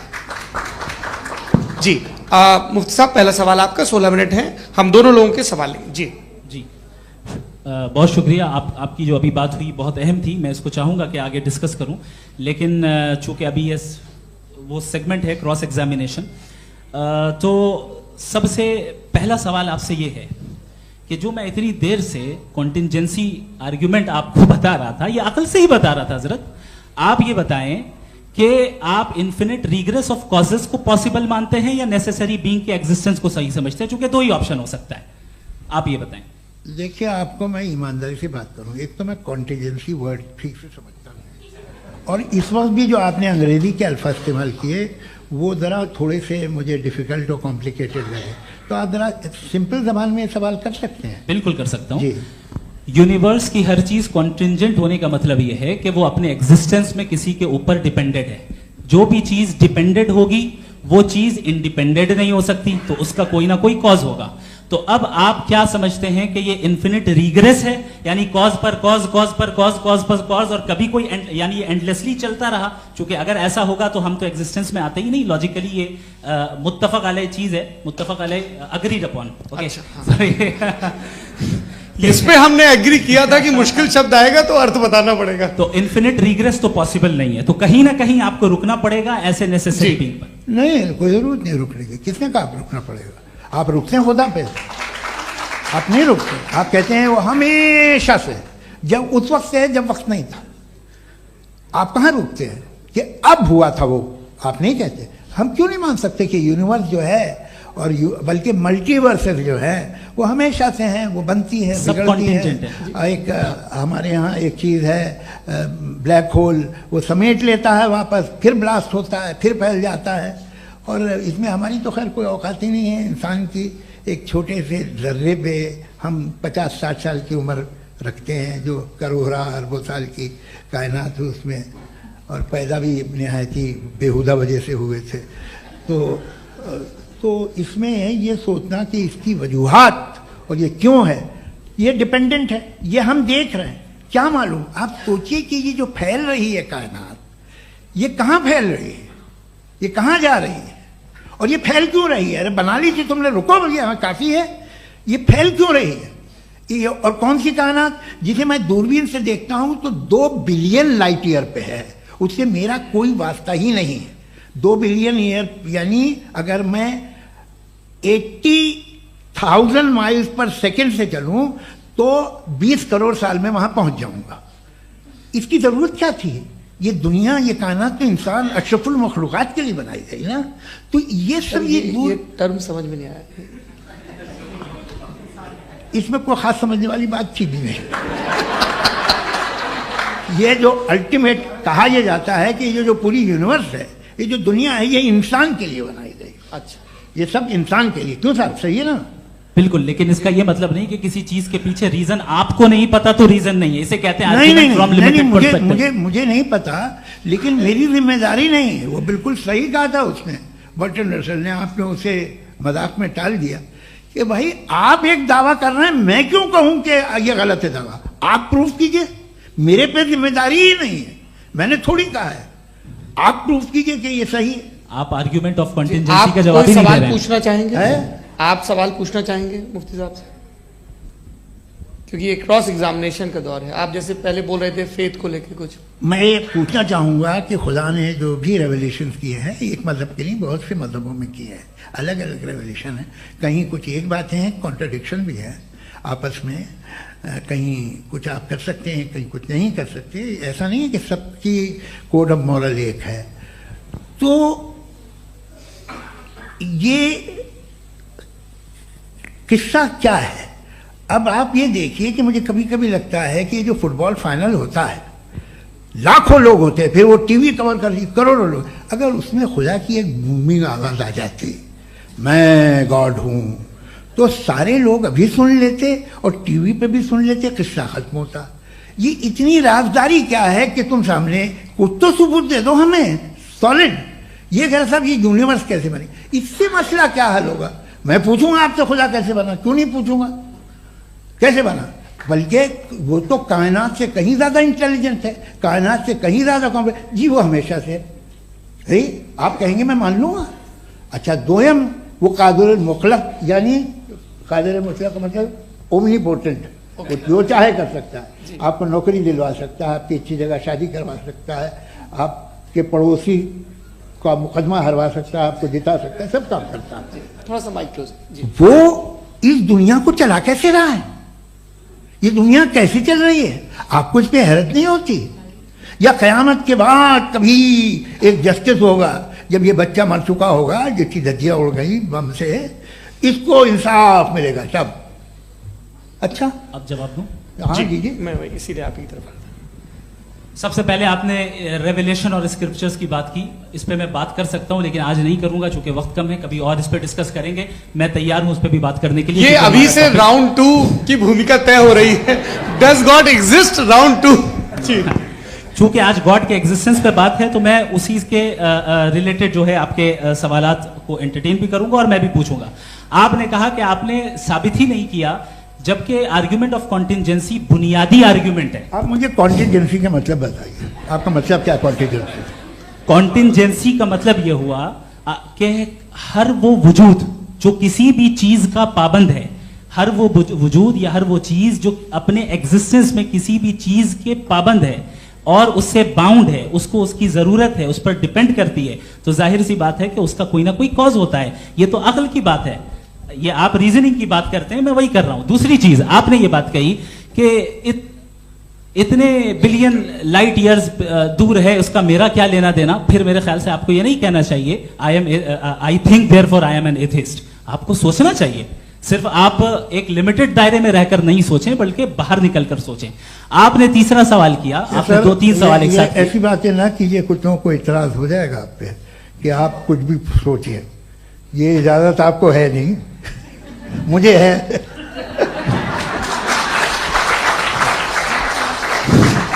जी, आपने प्रॉब्लम ऑफ इविल के ताल्लुक से सवाल किया और बार बार आप एक लफ्ज रिपीट कर रहे हैं कि ओमनीपोटेंट गॉड है, ऑल पावरफुल गॉड है। यही तो दरअसल समझना है कि गॉड का कॉन्सेप्ट क्या है। प्रॉब्लम ऑफ इविल जो है, प्रॉब्लम ऑफ इविल दर हकीकत 2 असम्पशंस पर कायम है। अगर आप इन 2 असम्पशंस को समझ जाएं तो ये प्रॉब्लम नहीं रहेगी, आर्ग्यूमेंट आपको समझ में आ जाएगी कि ये कोलैप्स कर जाता है। पॉइंट नंबर 1, यानी जो आपका सबसे पहला फॉल्स असम्पशन है कि गॉड मर्सीफुल है, ओमनीपोटेंट है, दुनिया में जुल्म हो रहा है। लेकिन आपको यह समझना चाहिए कि हमारे वर्ल्ड व्यू के मुताबिक गॉड सिर्फ ओमनीपोटेंट और सिर्फ मर्सीफुल नहीं है, बल्कि वो ऑल वाइज भी है और वो ऑल नोइंग भी है, उसके हर काम के पीछे हिकमत और विजडम है। ये कोई जरूरी नहीं है कि वो हिकमत और विजडम आपको समझ में आए या मुझे समझ में आए। अगर आप जो समझ रहे हैं उसके मुताबिक आप फैसला कर रहे हैं, ये लिमिटेड पर्सपेक्टिव से आर्ग्यूमेंट है। और इस चीज को हम अपनी दुनिया में, अपने लाइफ में, डेली लाइफ में इस प्रिंसिपल को एक्सेप्ट करते हैं। हम जब किसी डॉक्टर के पास जाते हैं, डॉक्टर के पास जाकर वो अगर उसने हमें कोई दवाई दी है तो हम ये तो नहीं कहते कि जब तक आपके पास जितना नॉलेज और जितना विजडम नहीं है, आपने क्यों ये दवाई दी है, तब तक हम इस चीज को एक्सेप्ट नहीं करेंगे। नहीं कहते, हम उसकी अथॉरिटी को तस्लीम करते हैं। क्यों? क्योंकि उसकी हम जानते हैं कि वो नॉलेजेबल है, वो विजडम वाला है, हमसे ज्यादा नॉलेज और हमसे ज्यादा विजडम है। बताएं सर। डॉक्टर में और खुदा में बड़ा डिफरेंस है। डॉक्टर पढ़ा लिखा होता है एक, तो मैं उसकी बात सुनूंगा।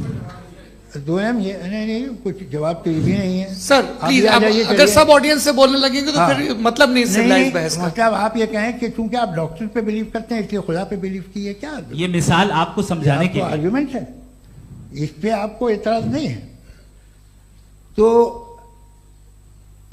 सिंपल बात ये है कि मैं अगर ये यकीन कर लूं कि एक ओमनीपोटेंट, उसकी मसलहत है, ये जो बच्चे मर रहे हैं ये मसलहत है उसकी, मुझे नहीं चाहिए इसकी मसलहत। उसकी मसलहत नहीं, यही तो समझना है, मतलब एक्सपीरियंस। अच्छा, इस आपने अभी मेरी बात पूरी सुनी नहीं। मैंने कहा आपका पूरा आर्ग्यूमेंट दो फॉल्स असम्पशंस पर है। एक फॉल्स असम्पशन मैंने बता दिया, दूसरा फॉल्स असम्पशन यह है कि इस दुनिया में इविल के होने का कोई गुड रीजन नहीं है, जबकि हमारे पास बाज रीजंस मौजूद हैं, हमारे पास बाज वजूहात मौजूद हैं। अगर इस दुनिया में इविल ना हो तो आप गुड को डिफाइन कैसे करेंगे? अगर जुल्म ना हो आप इंसाफ को समझेंगे कैसे? अगर तारीकी ना हो तो आप लाइट को समझेंगे कैसे? बहुत अच्छे। अभी और सुन लें, अभी और बाकी है। ये तो बात बहुत पसंद आई साहब मुझे कि जब तक रेप ना हो तब तक औरतों की इज्जत का ख्याल आपने मेरा जवाब पूरा सुना ही नहीं। जब तक के बच्चों का कत्ल ना किया जाए तब तक आपको बच्चों की मासूमियत की इज्जत। आपने पूरा जवाब सुना ही। क्या बात है, क्या आपने नुक्ता निकाला? आपने पूरा जवाब सुना ही नहीं। आप सुन लें, मेरी बात सुन लें। ये मैंने आपको एक चीज बताई। दूसरी चीज, इस दुनिया में हम आए हैं टेस्ट के लिए, हमारा टेस्ट हो रहा है और हर इंसान का अलग अलग अंदाज में टेस्ट होता है। और इस दुनिया में अगर इविल मौजूद है तो वो इविल जरिया है हमारे अंदर ह्यूमन नोबल क्वालिटीज को डेवलप करने का और अलग अलग फील्ड में प्रोग्रेस करने का। और अगर हमारे अंदर और इस दुनिया में इविल नहीं होता तो बताइए टेस्ट का मतलब क्या होता? अगर मैं अपने स्टूडेंट को एमसीक्यूज दूं और उसमें सिर्फ राइट आंसर लिख कर दे दूं और कहूं तुम्हारा टेस्ट हो गया, ये मीनिंगलेस है। इस दुनिया में अगर हम टेस्ट के लिए आए हैं तो जाहिर है गुड एंड इविल दोनों मौजूद है। तो अगर गुड एंड इविल दोनों मौजूद है तो ये इविल भी खुदा का बनाया हुआ है? जी हाँ, खुदा का बनाया हुआ है। लेकिन अच्छा, चलो अच्छी बात। जी बिल्कुल, तो बिल्कुल खुदा ने बनाया। अभी तो ये है कि जो मेजॉरिटी है दुनिया में वो इविल है, तो ये खुदा एक्चुअली इविल के साइड पे लग रहा है मुझे। बिल्कुल भी नहीं, मेजॉरिटी में तो वो है। क्या बात कर रहे हैं भाई आप? कोई भी जो मुंसिफ होगा, चाहे आपका अपना घर हो जिसके आप सबसे बड़े हैं, चाहे आपकी ऑर्गेनाइजेशन हो जो आप चलाते हैं, वहां पर आप इविल रखेंगे साबित करने को कि बाकी लोग शरीफ हैं? मेरी बात सुनिए, क्या ये आर्ग्यूमेंट ही गलत है? अगर कि जब तक के कोई इविल नहीं होगा तब तक के शरीफ आदमी शरीफ नहीं लगेगा। अगर एग्जामिनर गलत ऑप्शन दे रहा है तो एग्जामिनर इविल नहीं हो गया, जो गलत ऑप्शन को सेलेक्ट कर रहा है वो फेल होगा। क्रिएटर ने इविल को बनाया है लेकिन वो इविल नहीं है। अच्छा सुनिए मेरी बात, let me complete sir. Creator ने इविल को बनाया है टेस्ट के लिए, वो इविल नहीं है। इविल वो होगा जो उसे इख्तियार करेगा। छुरी को बनाने वाला गलत नहीं होता है, छुरी का गलत इस्तेमाल करने वाला गलत होता है। रेप को कैसे गलत इस्तेमाल करते हैं? रेप इंसान के फ्री विल का नतीजा है। ये रेप कैसे गलत इस्तेमाल होता है? ये अब सुन ले, गलत इस्तेमाल होता है। हाँ मैं बता रहा हूँ, कैसे गलत? मैं बता रहा हूँ कि जो इविल इस दुनिया में मौजूद है उसके कई सारे तरीके हैं। एक तरीका इंसान का अपना फ्री विल है। अब अगर कोई रेपिस्ट रेप कर रहा है तो इसका गॉड का कसूर नहीं है, वो अपने फ्री विल का गलत इस्तेमाल कर रहा है, उसको सजा मिलनी चाहिए। अच्छा, और उसी के लिए जहन्नम बनाई गई है। ये फ्री विल का भी बड़ा चक्कर। आप जब कोई बुरा काम करते हैं या कोई बुराई होती है तो ये कहा जाता है कि ये फ्री विल है। 7 billion free wills are moving on this planet. 7 billion free will. और एक आदमी अपनी फ्री विल से मुझे कत्ल कर दे तो मैं खुदा की मर्जी से मरा हूं कि इसकी फ्री विल की वजह से? मेरी मौत खुदा के हाथ है या इस फ्री विल वाले के हाथ? खुदा ने फ्री विल का निजाम बनाया है और उस निजाम का गलत इस्तेमाल करके कोई आपको मार रहा है, इस्तेमाल करके मेरा कत्ल कर देता है। अब मेरी मौत का जिम्मेदार कौन है? वो इंसान जिम्मेदार है। वो इंसान जी। तो ये कहना कि और उसको सजा मिलेगी। तो अब आप आगे चलिए कि ये तय करना कि अल्लाह ही या खुदा, सॉरी अल्लाह नहीं, खुदा ही जिंदगी देता है, खुदा ही मौत देता है, ये गलत है। बिल्कुल गलत नहीं है। हाँ, नहीं, निजाम उसी ने बनाया फ्री विल का, निजाम मौत और हयात को उसी ने बनाया। You are contradicting yourself. अभी आपने कहा कि एक आदमी ने फ्री विल से आपको मार दिया, इसमें उसे फ्री विल दी गई थी, उसने गलत इस्तेमाल किया। 7 billion free wills are moving on this planet, और आप चाह रहे हैं कि मैं सिर्फ खुदा का ध्यान करूं। ये 7 बिलियन फ्री विल्स को मुझे लुक आफ्टर करना पड़ेगा कि नहीं? ये तो तबाहियां कर रही हैं और तबाहियां ज्यादा हो रही हैं। बिल्कुल। तो अगर आप बताएं अगर खुदा नहीं है फॉर एग्जाम्पल, तो आप इविल को कैसे डिसाइड करेंगे? यानी how can you define evil objectively without God? देखिए, दुनिया में 2 तरह के जानवर हैं, एक जो अकेले रहते हैं जंगल में और एक जो ग्रुप्स में रहते हैं। ग्रुप में जो भी रहेगा, चाहे वो आपका फाउंडेशन हो, चाहे कोई क्लब हो, चाहे कोई पॉलिटिकल पार्टी हो, चाहे कोई यूनिट हो, उसमें आपको इंटरैक्ट करने के रूल बनाने पड़ेंगे। यानी लोग तय करेंगे। लोग तय करेंगे। अगर लोगों ने यह तय किया कि किसी का रेप करना सही है, आप जस्टिफाई करेंगे? नहीं, आपका फाउंडेशन तो ये हो गया ना कि लोग ही विल डिसाइड करेंगे। नहीं, अरे दुनिया में ऐसे ग्रुप्स हैं जो रेप को जायज मानते हैं सर्टेन हालात में। मैं डिटेल में नहीं जानूंगा, आप भी जानते हैं। ये जो आईसिस वाले थे, इन्होंने क्या किया था, तो उन्होंने क्या किया उसका खुदा से कोई ताल्लुक नहीं है सर। मैंने सिंपल सवाल किया कि इविल को आप डिफाइन करते कैसे हैं? आइए वापस आइए जी। आप साथ में तभी रह सकते हैं जब कुछ आप ऐसे उसूल डेवलप करें जिसमें हर एक का बेसिक तहफ़्फ़ुज़, हर एक का बेसिक राइट हो और हर एक को कोई आराम मिले।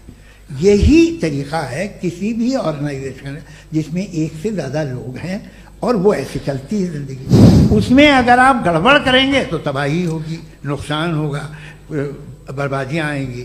और अगर उसमें आप घर ले लीजिए ना, एक हस्बैंड है, एक वाइफ है, बच्चे हैं, वालदा भी हैं, 2 बहनें भी हैं, एक भाई भी है। अब इसमें कोई निज़ाम आपको चाहिए साथ में रहने का, और एक दूसरे पे भरोसा रहे, एक दूसरे के बहीख्वाह हों, एक दूसरे की मदद करें, ऐसी जिंदगी। सर आपकी बात आ गई। आप ये कह रहे हैं कि लोग डिसाइड करेंगे क्या सही है क्या गलत है, यही है? मेजॉरिटी डिसाइड करेगी क्या सही है क्या गलत है? अरे भाई बिल्कुल। मेजॉरिटी अगर ये कहे कि नाजी जर्मनी के साथ जिस तरह मेजॉरिटी थी कि जेनोसाइड करना सही, आप जस्टिफाई करेंगे?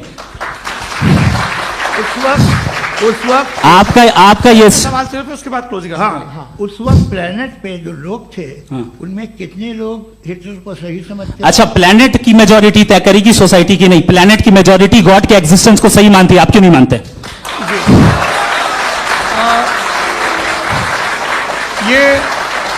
हेलो ये क्रॉस क्वेश्चन का राउंड यहां पर समाप्त होता है। और ये बड़ा अच्छा है कि इस तरह से फ्रेगमेंट कर दिया गया है ताकि जो मरकरी ऊपर जा रहा है नीचे जवाब दे दूं। जी। प्लेनेट की ज्यादातर मेजॉरिटी कुछ दूसरे मजहबों के खुदा को मानती है। आप उन्हें क्यों नहीं? आप तो मेजॉरिटी की बात कर रहे हैं। ये क्लोजिंग आप ये कह रहे हैं इविल और गुड को डिसाइड मेजॉरिटी करेगी, मेजॉरिटी जो कर देगा सही हो जाएगा। क्लोजिंग इसको जैसा आप ही लोगों ने तय किया है उसी फॉर्मेट को फॉलो कर लेते हैं। हाँ भाई, मैंने तो भले लोगों पे एतबार किया और तब मॉडरेशन तय किया। जी, आपके पास 5 मिनट का वक्त है, क्लोजिंग आर्ग्यूमेंट है, उसके बाद हम ऑडियंस से क्वेश्चन आंसर लेंगे जावेद साहब की क्लोजिंग आर्ग्यूमेंट के बाद। ओके, बहुत शुक्रिया जी। हमारा जो टॉपिक है डज गॉड एग्जिस्ट, मैं इस पे इतने एकेडमिक तैयारी करके आया था, मुझे था कि मैंने सोचा था कि कई सारे मैं आर्ग्यूमेंट्स दूंगा, लेकिन वक्त की भी किल्लत और जावेद साहब बार बार इधर उधर चले जा रहे थे तो उसको भी थोड़ा एंटरटेन करना पड़ गया।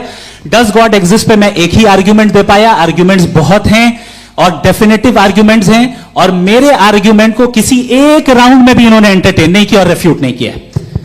एक राउंड में भी नहीं, एक राउंड में भी नहीं। और ना ही अभी आपका क्लोजिंग आर्ग्यूमेंट आएगा, नहीं वो बता देना। Argument of contingency sir. अरे मैं आपसे कई बार कह चुका हूं कंटिजेंसी का मतलब अब मैं कैसे समझाऊं आपको? आपस में हाँ, आप और कितने आसानी से समझाऊं मैं, मुझे तो नहीं समझ में आ रहा है। आप अपनी आर्ग्यूमेंट ऑफ कंटिजेंसी उर्दू में बोल सकते हैं। हाँ, आप अपनी बात पूरी कर लें जी, आखिरी 4 मिनट। दूसरी चीज, just a minute please ma'am, can I talk? दूसरी चीज ये है कि आपने एक तो इसका जवाब नहीं दिया, दूसरा आपने गॉड के ना होने पर कोई डेफिनेटिव आर्ग्यूमेंट नहीं दिया, सिर्फ मजहब पे बात कर रहे हैं आप। मजहब तो आज हमारा टॉपिक ही नहीं था, आज तो हमारा टॉपिक हो, आप मजहब से ले लेकर आईएस तक चले गए। भाई हमारा क्या ताल्लुक है उससे? We condemn them. और उसका गॉड से क्या ताल्लुक है? अगर कोई गलत काम कर रहा है, किसी ने किसी को कत्ल किया, किसी ने किसी का रेप किया, उसको सजा मिलनी चाहिए। और आपके पास कोई भी rational strong foundation of morality नहीं है। आपने कहा कि मेजॉरिटी तय करेगी सोसाइटी की, वो सही होगा। मैंने कहा हिटलर को, फिर आप सही कहेंगे नहीं नहीं नहीं नहीं, प्लैनेट की सोसाइटी की मेजॉरिटी तय करेगी। तो प्लैनेट की मेजॉरिटी गॉड के एग्जिस्टेंस को मानती है, आप कह रहे हैं ये रिलीजियस है। तो यानी आपके पास कोई स्ट्रॉन्ग फाउंडेशन नहीं है ऑब्जेक्टिव मोरालिटी का। ऑब्जेक्टिव मोरालिटी का अगर कोई फाउंडेशन है तो वो सिर्फ गॉड है, गॉड है, गॉड है। थैंक यू जी। ये मुफ्ती शमाइल नदवी साहब का क्लोजिंग आर्ग्यूमेंट था। अब हमारे पास जी, मैं जी ये बड़ा अच्छा है कि दोनों लोगों को मॉडरेटर से शिकायत भी और बोल रहे भाई हमारी शाबाशी भी तो करते चलो। अब मेरी बात जी, आपके पास जावेद अख्तर साहब 5 मिनट का वक्त है, ये आपका क्लोजिंग आर्ग्यूमेंट है, टाइम रीसेट कर दें जी। देखिए, बहुत सारी बातें हैं। गॉड का डेफिनेशन दुनिया के किसी भी रिलीजन में है कि वो ओमनीपोटेंट है, ओमनीप्रेजेंट है, he is just, he is kind, he loves you and so on. मैं जब दुनिया देखता हूँ तो मुझे कोई ऐसा सुप्रीम पावर यहाँ दिखाई नहीं देती है जो इंसान की बहबूदी के लिए कुछ कर रही हो, कमज़ोर को बचा रही हो, मदद कर रही हो, जालिम को पीछे हटा रही हो। मैं नहीं देखा, तारीख में नहीं। एक तो अगर है और ये देख रहा है तमाशा, तो उसका होना न होना बराबर है। दोयम ये कि ये जो है, जब आप ये कहते हैं कि कायनात जिसकी कंटिजेंसी है, मैं देखिए वो लफ्ज़ इस्तेमाल किया मैं, तो ये कैसे हो सकती है भाई? और फौरन आप सरेंडर कर देते हैं कि जाहिर है कि इसका बनाने वाला तो इससे 10,000 गुना ज़्यादा कॉम्प्लिकेटेड होगा। उस पर आपके होने पे कोई इतराज़ नहीं है। उसे वो टाइमलेस है, वो पहले से था, टाइम तो बहुत बाद में आया। ये सब आप मानने को तैयार है जिसका आपके पास कोई सबूत नहीं, आपके पास कोई रीज़न नहीं है। आपकी तारीख क्या है मजहबों की? बिलीफ की, जो खुदाओं का बिलीफ है, ये कॉन्स्टेंटली गलत साबित होता रहा है। मतलब आप कहें कि अरिस्टोटल के ज़माने में तो सब जाहिल थे, वो भी इतने ही यकीन से खुदा पे यकीन रखते थे, जो अब नहीं रहा। ये भी नहीं रहेगा, आप लिख लीजिए। और इसके आसार आपको दुनिया में दिखाई देना शुरू हो चुके हैं। ये बहस क्या आज से 100 साल पहले इस तरह हो सकती थी? यहाँ तक तो आपको हम ले आए हैं। तो सर अरे इनको मदद की जरूरत नहीं भाई, ये सेल्फ सफिशिएंट आदमी है, आप क्यों इनकी मदद कर रहे हैं? Sir please. तो ये जो है तमाम बातें अपनी जगह हैं। ये एक पैकेज है। आप अकेले, कोई आदमी ऐसा नहीं जो सिर्फ गॉड को मानता हो, उसके साथ बहुत पैराफर्नेलिया आता है, अलग अलग पैराफर्नेलिया आते हैं। They are only, they have always created chaos in the society. मैं तो आपको सीधा ऑफर देता हूँ कि दुनिया में 10 इम्पॉर्टेंट बिलीव्स है। आप 1 मानते हैं, 9 नहीं मानते, 9 में आप एथियस्ट हैं, 9 को आप बिल्कुल रीजनेबली मेरी तरह देखते हैं। तो 90 मजहबी आदमी भी 90% एथियस्ट है। वो दूसरे खुदा नहीं मानता, एक खुदा मानता है, अपना वाला, बाकियों को कहता है गलत है। अगर आप मानना ही बंद कर दे तो आपका 10% चांस है कि आप सही हैं और 90% चांस है कि आप गलत हैं। मेरा मशवरा है, आप मानना छोड़ दिए तो 50% चांस होगा कि आप सही हैं और 50% चांस होगा, 40% आप गेन करेंगे बाय बिकमिंग एथियस्ट।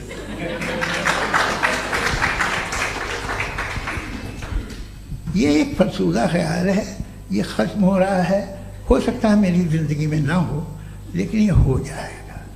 जो बातें ये इनको आप मेटाफिजिकल, ये वो ऐसे रिस्पेक्टेबल टर्म दे दिए, ये तो उन लोग के हैं जिन्हें ना फिजिक्स मालूम थी ना मेटा मालूम था, ये उन्होंने आपको दिए हैं। जी बहुत शुक्रिया आप दोनों लोगों का। और अब इस बातचीत का आखिरी राउंड शुरू होगा, डज गॉड एग्जिस्ट की ये बहस मुफ्ती शमाइल नदवी और जावेद अख्तर साहब के बीच। आप लोग अपने अपने हाथ ऊपर करेंगे, मैं यहाँ से तय करूँगा और माइक हमारे पास है क्या? एक ही माइक है ऑडियंस के लिए? 2 माइक है, एक इस तरफ एक इस तरफ, ठीक है। तो जी सबसे पहले हमारी सहयोगी है मारिया शकील जी, पूछिए सवाल। थोड़ा सा रुकेंगे ताकि कैमरे का फ्रेम आप पर आ जाए, आपकी तो प्रैक्टिस है टीवी की। जी नदवी साहब, मैं खुदा को मानती हूँ, पहले मैं इसी प्रमाइस से शुरू कर रही हूँ और ये बता रही हूँ आपको, मैं मानती हूँ, लेकिन कुछ सवाल हैं जो जावेद साहब ने उठाया, उसका जवाब आपको देना चाहिए। पहला सवाल ये कि गजा में सालों से छोटे बच्चे मर रहे हैं, वो उनको, अगर खुदा मर्सीफुल है, हम मानते हैं कि अल्लाह ताला में बहुत ताकत है, तो वो बच्चे क्यों मर रहे हैं? दूसरी बात ये कि अगर कंटिजेंसी की जो आप बात करते हैं, पूरे मुस्लिम ममालिक मिल करके भी उन गजा के बच्चों को क्यों नहीं बचा पा रहे हैं? क्योंकि अगर वो चाहते, क्योंकि अल्लाह ताला उन पर हुकूमत करते हैं, सब पर हुकूमत करते हैं, तो वो उनको क्यों नहीं बचा? जी थैंक यू वेरी मच। बहुत अच्छा किया आपने इस चीज को जिक्र कर दिया, मैं इसको और अच्छे से एक्सप्लेन करने की कोशिश करता हूं। देखें, जहां तक आपने कहा कि गजा के बच्चों को मारा जा रहा है, देखिए 2 वर्ल्ड व्यू है, एक एथीस्टिक वर्ल्ड व्यू, एक थीस्टिक वर्ल्ड व्यू है। बच्चे मर रहे हैं दोनों वर्ल्ड व्यू में, लेकिन हमारा वर्ल्ड व्यू कह रहा है कि रिकॉम्पेंस है, ये कह रहे हैं कि उनका मरना बेकार जाने वाला है, कोई उसका रिकॉम्पेंस नहीं है, चूंकि इनके यहां आखिरत और अल्लाह का कोई तसव्वुर या गॉड का कोई तसव्वुर नहीं है। आपने ये सवाल किया कि गॉड मर्सीफुल है, क्यों नहीं रोकता? ये मैंने बताया कि ये मिसकंसेप्शन है लोगों के दरमियान कि गॉड को सिर्फ मर्सीफुल और ओमनीपोटेंट समझते हैं। गॉड के सिर्फ यही 2 एट्रीब्यूट्स नहीं है, गॉड के कई सारे एट्रीब्यूट्स हैं, उनमें से अल हकीम भी है, उनमें से ऑल वाइज भी है, ऑल नोइंग भी है। लिहाजा अगर इस दुनिया में किसी को तकलीफ आ रही है और गॉड उसको नहीं रोक रहा है, वो इसलिए नहीं रोक रहा है चूंकि इंसानों को फ्री विल दिया गया है। ठीक इसी तरीके से अगर एक डॉक्टर किसी छोटे बच्चे को इंजेक्शन लगा रहा है, उसे तकलीफ पहुंच रही है, उसके लिमिटेड पर्सपेक्टिव के एतबार से यह गलत हो रहा है और डॉक्टर बुरा है, लेकिन जब आप ब्रॉडर पिक्चर को देखेंगी, आपके और हमारे पास सिर्फ एक पिक्सल है, हमें इतना नजर आ रहा है कि गजा में कत्ल हो रहा है, लेकिन इसके पीछे कितना रिकॉम्पेंस उनको मिलने वाला है, पूरा पिक्चर गॉड के पास है। तो एक पिक्सल से आप पूरे पिक्चर को कभी भी जज नहीं कर सकती। आप इसमें कुछ जोड़ना चाहेंगे? आपको कुछ बोलना है इसमें? भैया आपने बहुत अच्छा जस्टिफिकेशन दिया, या आप वो जो वहाँ के प्राइम मिनिस्टर इजराइल के उन्हें भेजिए, वो बहुत खुश होंगे। आप जस्टिफिकेशन दे देना कि अगर गॉड नहीं है तो बच्चे क्यों मर रहे हैं, आप बताएं। वो ये सवाल पूछ रहे हैं कि अगर आप ईश्वर का अस्तित्व नहीं मानते हैं तो उन बच्चों की मौत को आप कैसे इंटरप्रेट करते हैं? भाई ये दुनिया जो है, जो ताकतवर लोग होते हैं वो एक नाइंसाफी करते हैं। तो ये अच्छा काम है आपके नजदीक, तो नेचर नाइंसाफी पे मबनी है। अरे मेरे भाई, आप नेचर की कहाँ बात कर रहे हैं, तो इंसान की बात। तो फिर जब मैं इंसान की बात कर रहा था, आप नेचर की बात करने लगे। क्रॉस एग्जामिनेशन नहीं। हाँ, अब आप मुझे बोलने नहीं देंगे तो अलग बात है, आप बोलिए, मुझे कोई जल्दी नहीं। जी नहीं, ये क्रॉस एग्जामिनेशन। मुझे बोल तो लेने दीजिए। जी बोलिए। क्या बात ये है कि ह्यूमन सोसाइटी तभी साथ में रह सकती है जब वो मोहब्बत से, एकता से, एक दूसरे के एहतराम करके रहे। इसके अलावा पॉसिबल नहीं है, अकेले तो इंसान रह नहीं सकता। वहाँ पर कुछ लोग हैं जो फाउल करते हैं, वो फाउल हमेशा से तारीख में होता आया है। आज ये हो रहा है, जो हो रहा है बहुत बुरा हो रहा है, बहुत जालिमाना है, बहुत जाबराना है। उसको आप कहें कि ये बच्चों को कॉम्पनसेशन मिल जाएगा या इसकी इंजेक्शन है, इंजेक्शन तो हेल्थ के लिए दिया जाता है। आप ये कह रहे हैं कि ये बच्चों की जो धज्जियां उड़ रही हैं ये इंजेक्शन है, ये टेस्ट है, ये टेस्ट है और उस टेस्ट में उनको ऐसा रिकॉम्पेंस मिलेगा जो आपके तस्वुर के बाहर है। ये आप 3 बरस के बच्चे को बारूद से उड़ा के टेस्ट ले रहे हैं। वाह, वो नहीं ले रहा है, खुदा नहीं उड़ा रहा है, इजराइल उड़ा रहा है। जी, ये तो उसको कंडेम अगला सवाल लेते हैं प्रोफेसर पुरुषोत्तम अग्रवाल। मुफ्ती साहब, एक निवेदन आपसे है कि कम से कम थोड़ा सा माइक क्लोज, एक रिलीजियस और फिलोसफिकल कर मैं प्लीज, एक रिलीजियस और फिलोसफिकल ट्रेडिशन है जो ब्रह्मांड को यानी यूनिवर्स को ही अंतिम मानती है। सर्वम खलु इदम ब्रह्मम, this is Chandogya Upanishad and it completely rules out the existence और नेसेसिटी, आपके शब्दों में necessity of a creator. The creation itself is the creator. तो एक मिनट प्लीज। दूसरा जो सवाल आपने अभी, जो आप बार बार कह रहे हैं कि भगवान विद्वान भी है, वाइज, सब जानने वाला। तो अगर विजडम में दुनिया भर के पापों और अत्याचारों को बर्दाश्त करना शामिल है, तो फिर इसका मतलब ये हुआ कि अगर मैं फ्री विल से उसको अपोज करता हूं तो ईश्वर की विजडम और मेरी फ्री विल में कॉन्ट्राडिक्शन है। Because when I am opposing whatever is happening in Gaza, then I am opposing the God's will और गॉड्स विजडम। जवाब लेते हैं क्योंकि तो गॉड की विजडम, एक मिनट सर प्लीज सर, ये एक जुमला, गॉड की विजडम है कि गाजा में जो कुछ हो रहा है वो हो रहा है, मैं उसका अपोज कर रहा हूं, तो मैं गॉड की विजडम के खिलाफ जा रहा हूं। एक सवाल। दूसरा ये नहीं, आपने दो ऑलरेडी। सर आप और सवाल कर लें, लेकिन मुझे दो जवाब दे। पहले आपने ये कहा, सुनिए मेरी बात सुनिए। इजराइल के गॉड के मुताबिक तुम्हारा ठीक हो रहा है ना? नहीं हो रहा है, ठीक नहीं हो रहा है। मैं बता रहा हूँ क्या हो रहा है, आप तशरीफ रखिए, मैं बता रहा हूँ क्या हो रहा है। Let me complete please. एक सेकंड गाइस, एक सेकंड। ये देखिए, ऐसा है कि ये सब बड़ा आपस में विचार विमर्श के बाद ये तय हुआ था कि कुछ नियम बना लिए जाएं ताकि एक टाइम बाउंड बातचीत चले। और भाई साहब, आप बड़ा जरूरी काम कर रहे हैं, लेकिन कैमरे के फ्रेम में आके उस काम को गड़बड़ कर दे रहे हैं। ठीक है गुरु, अब मेरे को कहीं का गुस्सा कहीं निकालना था, सॉरी। नहीं, कोई गुस्सा नहीं है जी। तो प्रोफेसर ने सवाल पूछे, आप उनके जवाब दें, और थोड़ा ये सब लोग थोड़ा ख्याल रखें भाई, सवाल संक्षिप्त रखें जी। आपने दो सवाल किया। सबसे पहला ये कहा कि हमारे पास ये कॉन्सेप्ट है कि ये यूनिवर्स खुद नेसेसरी बीइंग है, creation itself is the creator. How irrational is this कि मैं एग्जिस्ट करूंगा बाद में, लेकिन अभी एग्जिस्ट कर भी रहा हूं, यानी एक ही टाइम में एग्जिस्ट भी कर रहे हैं, नहीं भी कर रहे हैं। This is not true. दूसरी चीज, आपने कहा कि अगर इजराइल में, सॉरी माफ कीजिएगा, Israel doesn't exist, occupied Palestine में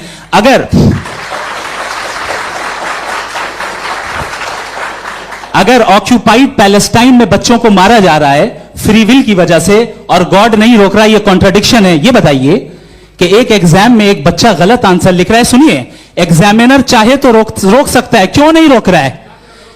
ये कॉन्ट्रडिक्शन है, ये कॉन्ट्रडिक्शन नहीं है। माइक नहीं सर, ये आपस में जी, ये क्या आपका सवाल? माइक दीजिए। फ्री विल दिया गया है टेस्ट के लिए, अकाउंटेबिलिटी के लिए। अगर फ्री विल नहीं होता तो आप कहते हैं हमें रोबोट बना दिया गया। नॉट मिसरिप्रेजेंट माय पोजीशन, आपकी जो भी पोजीशन, मैं अपनी फ्री विल के नाते, अपने ह्यूमन विजडम के नाते गाजा में हो रही अत्याचार का विरोध करता हूं। बिल्कुल करना चाहिए। के हिसाब से मैं गॉड की विजडम का विरोध कर रहा हूं? बिल्कुल नहीं, जो हो रहा है गॉड, बिल्कुल भी नहीं, बिल्कुल भी नहीं। उसका वहां पर गाजा में कत्ल होना ये इंसानों के गलत इस्तेमाल का नतीजा है, फ्री विल के इस्तेमाल का नतीजा है। गॉड इसका हुक्म नहीं देता, उससे रोकता है। यही तो मसला है ना, आपके लिए कॉन्सेप्ट क्लियर है? नहीं भाई, आपने तो बताया था इंजेक्शन लगाने से बच्चे को तकलीफ होती है, ये इंजेक्शन लगा। सर आप ऐसे रेटोरिक स्टेटमेंट दे तब तो कोई मसला नहीं समझते रहेंगे। This is a rhetoric statement, this is not a logical argument sir. I am sorry, I am sorry. आखिरी 30 मिनट बड़े मुश्किल होने वाले हैं जी। मुफ्ती साहब आगे बैठे हैं, इनको माइक दीजिए। हाँ तरुण, माइक आप अपने पास रखिए, आपको कैमरे का फ्रेम पता है जी। सबसे पहले दोनों को मुबारकबाद। एक सर अपना आप नाम बता दें। आप अमेरिका में शिकागो में रहते हैं, इतना मुझे याद है। बताया आपको, यासिर नदीम अलवाजदी मेरा नाम है। जावेद सर, आपसे एक क्वेश्चन है इन्फिनिट रिग्रेस के ताल्लुक से। एक हाइपोथेटिकल सिनेरियो है, मसलन अगर आप सर माइक थोड़ा सा प्लीज क्लोज रखिए जी। अगर आप शायर इसलिए हैं कि आपके कोई उस्ताद शायर थे, और वो इसलिए शायर थे कि उनके कोई उस्ताद शायर थे, और इसी तरीके से हम माजी में पीछे चलते चलते चले जाएं और कहीं ना रुके, तो माफ कीजिएगा आप कभी शायर नहीं हो सकते। लेकिन आप शायर हैं, आपका शायर एग्जिस्ट करता है, इसका मतलब यह है कि आप कहीं ना कहीं रुके हैं। तो मेरा सवाल यह है कि क्या आप इन्फिनिट रिग्रेस ऑफ कॉजेस को लॉजिकल फैलेसी मानते हैं या नहीं मानते? हाँ या ना? मैं इन्हें लॉजिकल फैलेसी नहीं मानता हूँ, लेकिन मेरा प्रॉब्लम यह है कि जब मैं नहीं मानता हूँ तो I will continue with this logic जो फैलेसी नहीं हो। आप एक जगह रुक जाते हैं जाके, आप कहते हैं ये गेंद कैसे बनी, ये जजीरा कैसे बना, ये समंदर कैसे बना, ये ज़मीन कैसे बनी, और अचानक गॉड पे जाके आपको ब्रेक लग जाता है।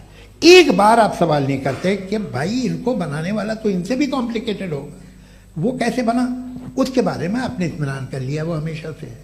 तो अगर आप उसे हमेशा से मानते हैं तो फिर ये मान लीजिए कि कायनात हमेशा से है, क्या तकलीफ है? हम वजूद में नहीं आते जी हैं? हम मौजूद नहीं। अच्छा सर क्यों नहीं हो सकते? मैं बताऊं प्लीज। जैसे मैंने मिसाल दी आपके शेर, आपका शेर कभी वजूद में ना आता अगर शायर इसी तरह चलते रहते हमेशा जी। माइक मेरे ख्याल से एक इन्फिनिट रिग्रेस का कॉन्सेप्ट क्लियर नहीं हो पाया, ऐसे रहने दें, लेट्स मूव ऑन सर। ठीक है। हाँ थोड़ा सा मॉडरेटर का भी ख्याल रखें। नहीं नहीं, आपने तो रखा है, आपने रखा है। यहाँ पे गौहर रजा साहब हैं, वो भी एक सवाल पूछना चाहते हैं। माइक नीचे से ऑन कर दिए, नीचे। पहले तो ये कह दूं कि मैं उन बच्चों से शर्मिंदा हूं जिनको गजा में कत्ल किया गया, क्योंकि हमारे होते हुए कत्ल किया गया। लेकिन उससे ज्यादा शर्मिंदगी इस बात से हुई कि मुझे लगा कि मुफ्ती साहब उसको जस्टिफाई कर रहे हैं। बिल्कुल भी नहीं, आप बहुत ही गलत, मुझे लगा मैं गलत हो सकता हूं। बिल्कुल गलत। मैं सवाल पूछ रहा हूं, सवाल मैं सवाल पूछ रहा हूं। मैं जावेद भाई से डिसएग्री करता हूं। एक सेकंड देखिए, अगर देखिए ऐसा, एक सेकंड आप सर, वेट, अरे आप कुछ मेरे पहले मुझे अपनी बात कह लेने दीजिए। अगर ऑडियंस तय करेगी तो फिर मॉडरेटर का मतलब नहीं। मेरा आप सबसे ये कहना है, ये बहस दो लोगों के बीच में है, एक तरफ मुफ्ती साहब, एक तरफ जावेद साहब। पिछले 1.5 घंटे से ये लोग अपने अपने तर्क रख रहे हैं। आपकी इनसे इत्तेफाकी हो सकती है, ना इत्तेफाकी हो सकती है। मेरे उस्ताद मुझे सिखा गए हैं कि मुखामुखम में असहमति की गुंजाइश बची रहनी चाहिए। अगर मैं आपकी बहुत इज्जत करता हूं गौहर साहब, आपने जो कमाल की किताबें लिखी, साइंटिफिक टेम्परामेंट, लेकिन मेरी ये गुजारिश है आप सबसे कि यदि आप इन लोगों ने जो बोला उन पर टिप्पणियां करेंगे तो ना वक्त की पाबंदी रहेगी, ना वो अनुशासन। आप सवाल पूछ लें, उस सवाल में जो बात आ जाए वो आ जाए। मैं जावेद साहब से डिसएग्री करता हूं, इसलिए जावेद साहब से सवाल पूछ रहा हूं। आपका सवाल जावेद अख्तर साहब से, और सवाल यह है मेरा कि जावेद साहब ने कई बार लॉजिक का इस्तेमाल किया कि साइंस में लॉजिक है और रिलीजन में लॉजिक नहीं है। मेरा ख्याल यह है कि रिलीजन में भी लॉजिक है, लेकिन उस लॉजिक की बेसिस यह है कि आप रुक जाते हैं, जिसका जिक्र जावेद साहब ने बार बार किया, यानी खुदा के तसव्वुर पे आते हुए, गॉड के तसव्वुर पे आते हुए रुक जाते हैं। और इसमें सवाल पूछना मतलब फॉरबिडन होता है। सवाल यह है कि क्या जावेद साहब इससे एग्री करते हैं कि साइंस की लॉजिक अलग है और रिलीजन की लॉजिक अलग है? बताइए सर। देखिए, 3 चीजें हैं। साइंस है, एक है मंतिक है, इस्तिदलाल है, और एक जो है कुछ भी नहीं है, फेथ है, अकीदा है। मैं अकीदे की लॉजिक का कायल नहीं हूँ। मुझे आप इस्तिदलाल से, लॉजिक से, रीज़न से समझाइए, मैं मानने को तैयार हूँ, मेरा क्या नुकसान होगा। लेकिन ये कि अकीदे पे मैं नहीं जा सकता हूँ। अकीदे का मतलब है कि तुम ये मान लो, सवाल ना करो, ये नहीं।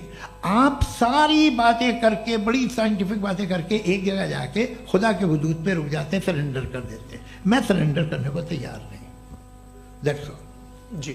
ये आगे सर बैठे हुए हैं, इनको माइक दीजिए। भाई वो आप पूछना चाह रहे थे ना भाई? हाँ, नहीं मैं ये थैंक यू जी। आपका नाम? आसिम इफ्तिखार। आसिफ जी, पूछिए। सर, जावेद सर से सवाल है कि आपने अपने क्लोजिंग माइक थोड़ा करीब अपने क्लोजिंग स्टेटमेंट में बात कही थी कि मज़हब का जो फ्यूचर है वो ज़्यादा दिन नहीं जाने वाला है। लेकिन मैं देख पा रहा हूँ कि जो ऑक्सफोर्ड यूनिवर्सिटी की एक स्टडी है 2011 में हुई है, जिसके 50 एकेडमिशियंस ने इसको अंजाम दिया था, उसमें वो ये कहते हैं कि जो फेथ इन गॉड है वो इनबिल्ट है ह्यूमन नेचर के अंदर, जिसको हम कहते हैं फितरत के अंदर शामिल है वो। और वो ये कहते हैं कि अगर कोई ये समझता है कि मज़हब को वो ख़त्म कर देगा तो ये उसकी गलत फहमी है। तो आप इसके बारे में, इस स्टडीज़ के बारे में क्या कहते हैं? ठीक है। मैं उनसे एग्री नहीं करता हूँ। वो कौन से प्रोफेसर होंगे? ऐसा उनके क्या पास डेटा है, इन्होंने डेटा के बेस होगा। डेटा क्या हो सकता है? फ्यूचर का डेटा तो नहीं हो सकता ना उनके पास, प्रेजेंट का डेटा हो सकता है। डेटा आपने सुना 100 साल पहले का बाद का डेटा? मैंने तो नहीं सुना आज तक। तो आज उनकी ये राय है और होगी राय, ठीक है। दुनिया में तरह तरह की राय है लोग, लेकिन मैं समझता हूँ कि वक्त के साथ इंसान ज़्यादा से ज़्यादा रीजनेबल और लॉजिकल होता जा रहा है। आज आप देखिए वेस्टर्न यूरोप में क्या परसेंटेज है नॉन बिलीवर्स की, बहुत हाई। वहाँ चर्च खाली पड़े होते हैं। तो अल्टीमेटली तो इंसान कोई ऐसी बात बहुत अरसे तक नहीं मान सकेगा, चाहे गलत या सही, जो उसे, उसके दिमाग को, उसके जहन को, उसकी लॉजिक को अपील न करे। वो कह रहे हैं तो ऑक्सफोर्ड के होंगे तो कैम्ब्रिज के होंगे, तो मुझे क्या लेना देना। उनका डेटा मुस्तकबिल का नहीं हो सकता है। जी। दीपक, हाँ पूछिए। मैं आऊंगा अभी, पीछे की साइड भी आऊंगा, माइक वहीं भेजूंगा 2-3 साल के लिए। जी जावेद साहब, आपसे सवाल है। नमस्ते।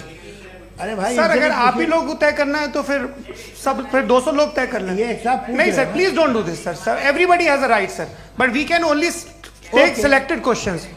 नो सर, अरे ये यंग लोग भी हैं तो इनकी ये अब उतने यंग, भाई आप यंग हैं कि नहीं हैं? एक मिनट, वो कह रहे हैं वो भी यंग हैं पूछ रहे हैं साहब, भाई। आप उनकी नौजवानी पर दावा उनको ही करने थे। हाँ मुफ्ती साहब आप यंग, हाँ पूछे। अरे भैया सर, मेरा सवाल ये है, कुछ इनसे भी तो पूछो। जी नहीं, बस आपसे एक सवाल है। जैसे थीस्टों के पास अपने जो ईश्वर को मानते हैं उनके पास अपने सोशल गेट टुगेदर्स हैं। 5 रोज आज क्रिसमस आने वाला है, होली है, दिवाली है, ईद है। एथिस्ट क्या ऑफर कर रहे हैं? मतलब मैं इनकी दुकान से बोलूं, मैं आना चाहता हूं उस तरफ, पर मैं अट्रैक्ट नहीं हो पा रहा हूं। मैं सोशल गेट टुगेदर्स क्या है आपके पास?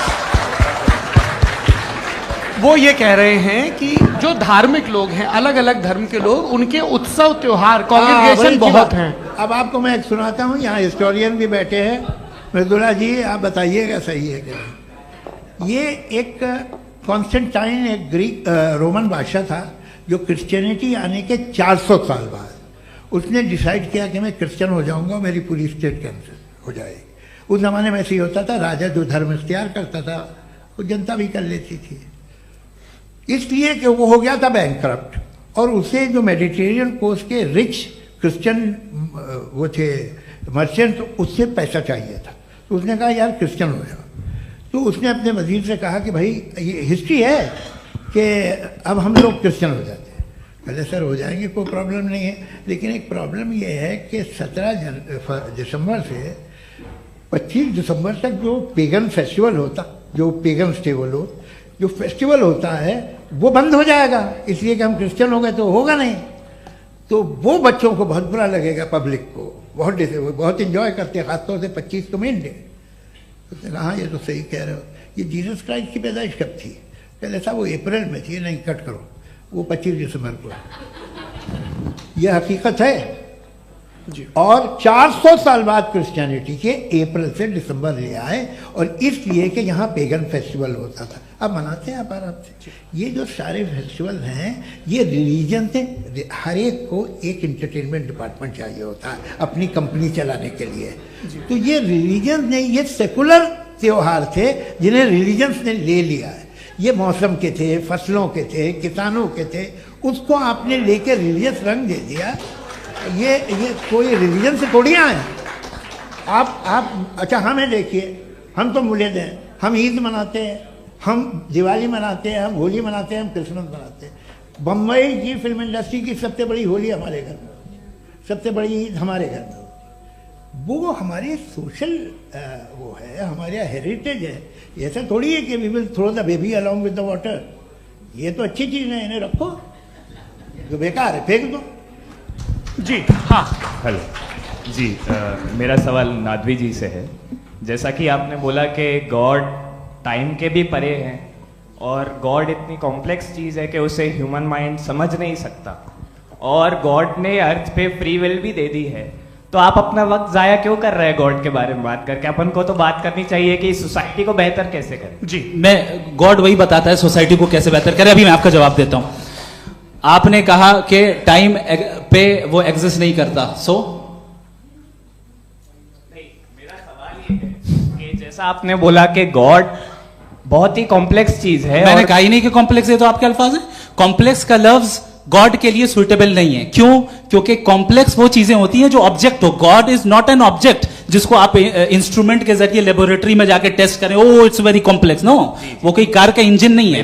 वो फिलोसॉफिकली नेसेसरी बीइंग ऐसी बीइंग है जो सिंपल बीइंग है। हाँ, आप उसको मुकम्मल तौर पे उसकी तमाम हिकमतों को जान ले और हर चीज को जान ले, ये पॉसिबल नहीं है, क्योंकि वो ऑल वाइज है, आप ऑल वाइज नहीं है, और वो खुदा है, वो आपको सारी चीजें बता दे, ये जरूरी नहीं। मेरा सवाल ये नहीं था। मेरा सवाल ये था कि जब गॉड इतना परे है इस दुनिया से कि उसने अर्थ पे फ्री विल भी दी है, हम सब ह्यूमंस की फ्री विल है, और जो सोसाइटी में हो रहा है वो अपन लोग डिसाइड करेंगे, तो अपन लोग डिसाइड नहीं करेंगे ना, अपन लोग डिसाइड नहीं करेंगे।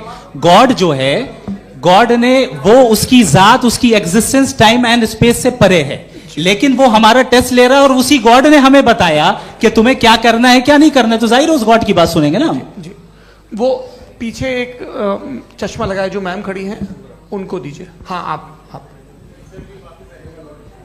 जी जी बिल्कुल आएंगे। देखिए मैं कोशिश कर रहा हूँ सब तरफ जाने की। हाँ उनको दीजिए माइक जी। हेलो सर, मैं ओमनी प्रेजेंट नहीं हूँ, टाइम पाबंद हूँ और जहां तक कोशिश कर सकता हूँ करूंगा जी। अपना नाम बताइए। मेरा नाम उर्सुला है, मैं दिल्ली यूनिवर्सिटी की एक स्टूडेंट हूँ और मैं स्टूडेंट फेडरेशन ऑफ इंडिया से हूँ। मेरा सवाल मुफ्ती जी से है कि इस हॉल के इस कमरे में बैठ के हम लोग रेप की मोरालिटी के बारे में फिलोसफिकली बात तो कर सकते हैं, बट असलियत ये है कि रोजमर्रा की जिंदगी में औरतें रेप के थ्रू गुजरती हैं और हम लोग सिर्फ नंबर्स पे इस तरह नहीं देख सकते, क्योंकि कितनी औरतें हैं इन कंट्रीज में जहां पे आप बता रहे हैं कि केसेस कम हैं, जिनका एक्सेस है कि वो जाके केस फाइल कर सकें। कितनी औरतें हैं जो जिनको काम करने की आज़ादी है उन कंट्रीज में। यूरोप में ये आज़ादी आ गई, यूरोप में ये रूल्स आ गए, तो हम आज उसके बारे में बात कर पा रहे हैं। जी जवाब। आपने ये कहा कि कमरे में बंद होकर हम लोग इस पर फिलोसफिकली बात कर सकते हैं, लेकिन हकीकत में क्या हो रहा है, वो ग्राउंड लेवल पे क्या हो रहा है जो बहुत गलत हो रहा है और वो सफर कर रही हैं। आई अग्री, बहुत गलत हो रहा है और जो गलत हो रहा है उसको हमें रोकना है। और क्यों रोकना है, वो गलत क्यों है, हमारे पास इसका ऑब्जेक्टिव फाउंडेशन है, इनके पास उसका ऑब्जेक्टिव फाउंडेशन नहीं है। मैं ये कहना चाह रहा हूं कि जहां पे भी जुल्म हो रहा है, जहां पे भी औरत पे जुल्म हो रहा है या उसकी इज्जत लूटी जा रही है या उसे तकलीफ पहुंचाई जा रही है, और सिर्फ औरत नहीं किसी इंसान के ऊपर भी जुल्म हो रहा है, तो उसके खिलाफ खड़ा होना, ये मोरालिटी हमारे पास गॉड के पास से आई है। वरना जावेद साहब तो कह रहे हैं कि जो है मेजॉरिटी डिसाइड करेगी, तो मेजॉरिटी तो कभी भी बदल सकती है। क्या आप हाँ। ये थोड़ी सी आपको गलतफहमी है। मैं अगर मेरे जुमले से ये मदना निकला या मैंने कहा तो ये जुमला मैं वापस लेता हूँ। ये मेरा मतलब ही नहीं था कि मेजॉरिटी डिसाइड करेगी। मेजॉरिटी डिसाइड करे तो दुनिया में बड़ी, वैसे आपने कहा था ये जुमला, अच्छा हो सकता है, मैं मान रहा हूँ, बाद में रिकैप कर लेंगे। अरे एक सेकंड मैं अपनी एक्सप्लेनेशन देता हूँ। मुनासिब बात यह है कि हम सब के सब दिल में जानते हैं कि क्या अच्छा है क्या बुरा है, हमें पता है अच्छी तरह से। जो लोग बुरे काम करते हैं उन्हें भी मालूम अच्छा क्या है। यही तो सवाल था हजरत कि फिर ये मोरालिटी आई कहां से? Cross examination. हाँ जी हाँ। मोरालिटी साथ रहने की डिजायर से आई, यानी साथ रहकर जो कुछ कह दे जो कुछ कर दे वो हो जाएगा। नहीं नहीं, तो आप कायदे से रह ही कर सकते हैं जब तक लोगों में मोरालिटी हो, वरना क्यास हो जाएगा। ये आपको कैसे पता? जी हमने देखा ना, जहां मोरालिटी का क्यास हो गया, हम देखते हैं। कहां पे देखते भाई? दुनिया में। आप जो कह रहे हैं, आप कहीं पे अगर गलत हो रहा है इस बहस तो के उसको बाद आप देखिए, आप एपिस्टेमोलॉजी की बात कर रहे हैं, मैं ऑन्टोलॉजी की बात कर रहा हूं। मैं इस बहस के बाद आप दोनों लोगों को चाय पे होस्ट करूंगा, वहां पे क्रॉस एग्जामिनेशन कर लीजिएगा। अभी ऑडियंस का हक मार रहे हैं आप लोग भाई, सर जस्ट लोग हैं आप लोग। और ये भाई ये हाँ उधर आएंगे, जी सर आएंगे। अच्छा सर मेरा नाम लईकुर रहमान है और मैं अलीगढ़ मुस्लिम यूनिवर्सिटी का स्टूडेंट हूँ। और जहाँ तक मुझे पता है कि sir you are also product of Aligarh Muslim University. मैं भी उसी चमन का बुलबुल। हाँ सर, तो बहुत खुशी हुई मुझे जान करके कि मैं आपसे मिलूंगा। सवाल सर, मेरा सवाल यह है, सर सैयद अलैहि रहमा का नजरिया यह था कि खुदा के वजूद को अकल के दायरे में रह करके तलाश करना, न के पूरी तौर से उसका इनकार कर देना। Sir how will you define it? नहीं तो ये तो आप इन्हें बताइए। ये सवाल आपसे खुदा का वजूद साबित कर रहे हैं तो सर आपने इनकार कर रखा है, इस वजह से मेरा क्वेश्चन। उन्होंने यही सर से एक सेकंड, सर सैयद ने यही कहा ना कि अकल से आप खुदा के वजूद को साबित नहीं कर सकते, यही कहा ना भाई। वो उन्होंने कहा कर सकते हैं और वो कर दिया गया आज।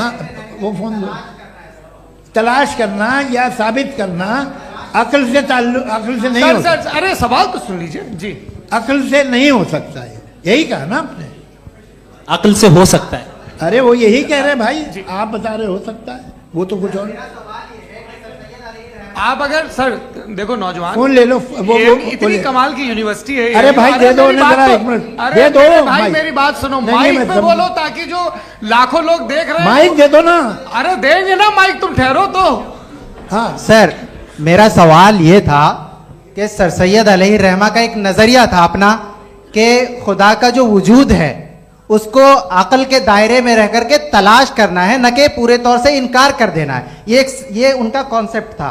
लेकिन मेरा सवाल ये है कि आप इसको कैसे डिफाइन करते हैं, एक्सप्लेन कैसे करेंगे, मैं आपसे जानना चाहता हूँ, क्योंकि you are the product of Aligarh Muslim University. मुझे अकल के दायरे में रख के मैंने बहुत तलाश की, मुझे मिला नहीं। हाँ ये इधर उधर वो चश्मा लगाए जो, हाँ उनको दे दीजिए। जी जी फटाफट पूछिए, बस 5 मिनट है, 5 मिनट में खत्म हो रहा है। हाँ अस्सलाम वालेकुम मुफ्ती साहब। एंड मेरा सवाल जावेद अख्तर साहब से। क्या नाम है आपका? अरे भैया मुझे पूछ रहे हो। फैज पूछिए फैज साहब। तो मेरा सवाल ये है कि अभी जो एथियस्ट है वो problem of evil argument use कर रहे हैं अगेंस्ट मुस्लिम्स, राइट? कि इस दुनिया में इतना सारा इविल है और अगेंस्ट मुस्लिम तो यहाँ अगेंस्ट थियस्ट। हाँ थोड़ा सा करेक्ट कर लीजिए भाई, पूरी मशक्कत ही इसी बात की थी कि किसी एक मजहब पे बात न टिके। जी, तो बेसिकली ये आर्गुमेंट ऐसा है कि इस दुनिया में इतना ज्यादा इविल एग्जिस्ट करता है और अगर एक ऑल गुड गॉड है तो वो रोकता क्यों नहीं है? लेकिन इस सवाल में एक हिडन अजम्पशन ये है कि इस दुनिया में इविल एग्जिस्ट करता है। अब एथियस्ट ये कैसे ऑन्टोलॉजिकली प्रूव कर सकते हैं कि इस दुनिया में इविल एग्जिस्ट करता है? मैं आपको बताता हूँ, थोड़ा सा समझा। नहीं सर हम लोग इनको सुनने आए। नहीं please don't do that. I want to explain ontologically. नहीं हम समझ गए सर, इनको अब जवाब देने दीजिए। अच्छा सवाल पूछ लो। मैं अभी तक क्या था वो मैं थोड़ा सा ऐड ऑन कर लेता हूँ। तुम गुरु, तो हम जब इसका राउंड 13 करेंगे ना तब तुमको स्टेज पे बिठाएंगे। जी तो हाँ जल्दी से। तो देखिए एथियज्म के हिसाब से सब कुछ रैंडमली बन गया है, सब कुछ एटम्स और मॉलिक्यूल्स है। एक पत्थर में और मुझ में सिर्फ इतना फर्क है कि हम लोग एटम्स और मॉलिक्यूल्स का अलग अलग रीअरेंजमेंट है। अब एक पत्थर को कोई इंसान तलवार से 2 टुकड़ों में काट दे या मुझे, according to atheism it is same. There is no evil and good according to atheism. जी अच्छा फैज साहब का सवाल ये है कि हाँ कोशिश भी करते तो इससे गलत सवाल नहीं कर पाते। एक लाइफ फॉर्म है और लाइफ फॉर्म में फीलिंग्स हैं, मतलब लाइफ फॉर्म सुनता है, देखता है, टेस्ट कर सकता है, फील कर सकता है। तो उसकी जो ये जो क्वालिटी इस बबल में आ गई हैं वो जानवर में भी है, इंसान में भी है। तो जाहिर है कि उसे कोई तकलीफ पहुंचेगी तो चूंकि उसके पास वो सेंसिटिविटी है तो मैं करेगा। पत्थर में वो सेंसिटिविटी नहीं है। तो ये क्या सवाल हुआ कि अगर पत्थर को काटा तो पत्थर को तकलीफ नहीं होती, तो आपको काटे तो आपको क्यों तकलीफ हो? बैठ जाइए। जी हाँ अगला सवाल। हाँ पूछे जी जावेद अख्तर साहब। अरे भैया सब आप लोग मुफ्ती साहब को छोड़ रहे हैं तो मेरे ही पीछे पड़े हैं क्या? फिर चलो बोलो भाई। You asked how God can exist when children die in Gaza. Huh? You asked how God can exist when children die in Gaza, and you also mentioned the rise of atheism in Europe. But the same events also are leading many atheists and non-believers to turn towards faith.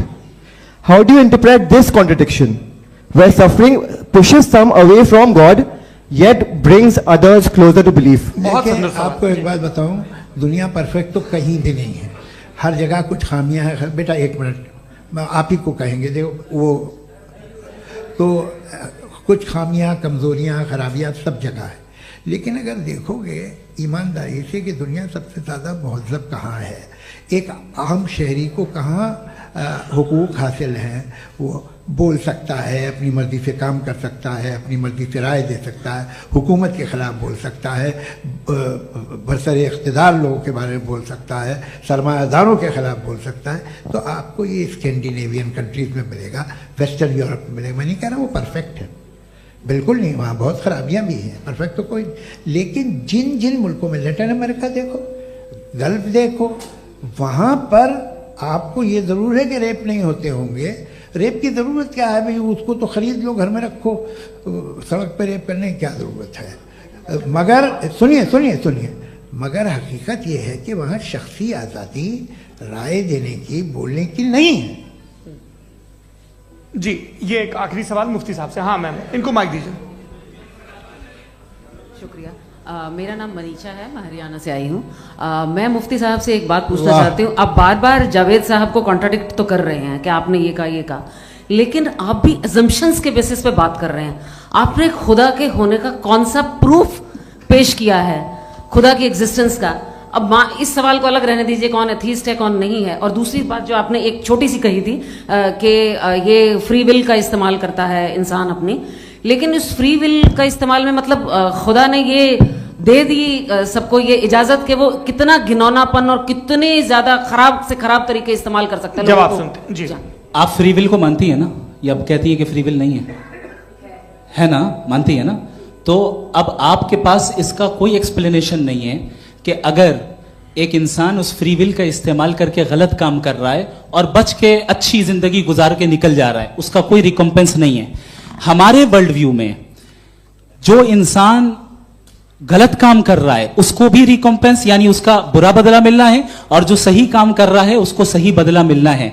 लिहाजा जो free will है वो इस तरीके से है कि एक लिमिटेड टाइम तक खुदा ने मोहलत दी है। ऐसा नहीं कि छूट दे दी, जो करना है करते रहो हमेशा।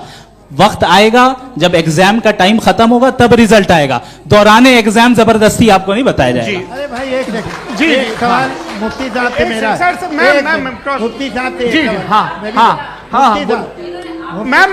एक सवाल। रुक जाइए, आपसे फोन, आप इसके बाद आपसे माइक चेंज होगा।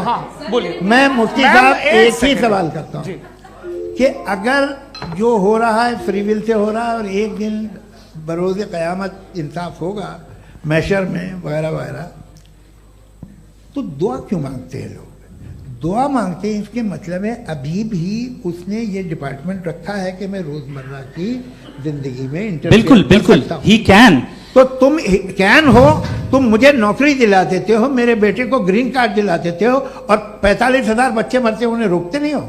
नहीं तो क्या आप ये कह रहे हैं कि इस दुनिया में जालिमों को कभी पकड़ी नहीं होती है? अरे जो भी पकड़ होगी वो बच्चे रोते हैं। बिल्कुल, देखिए मैंने अपने ओपनिंग स्टेटमेंट में यही कहा था कि जनाब जावेद साहब सिर्फ इमोशनल आर्गुमेंट देंगे।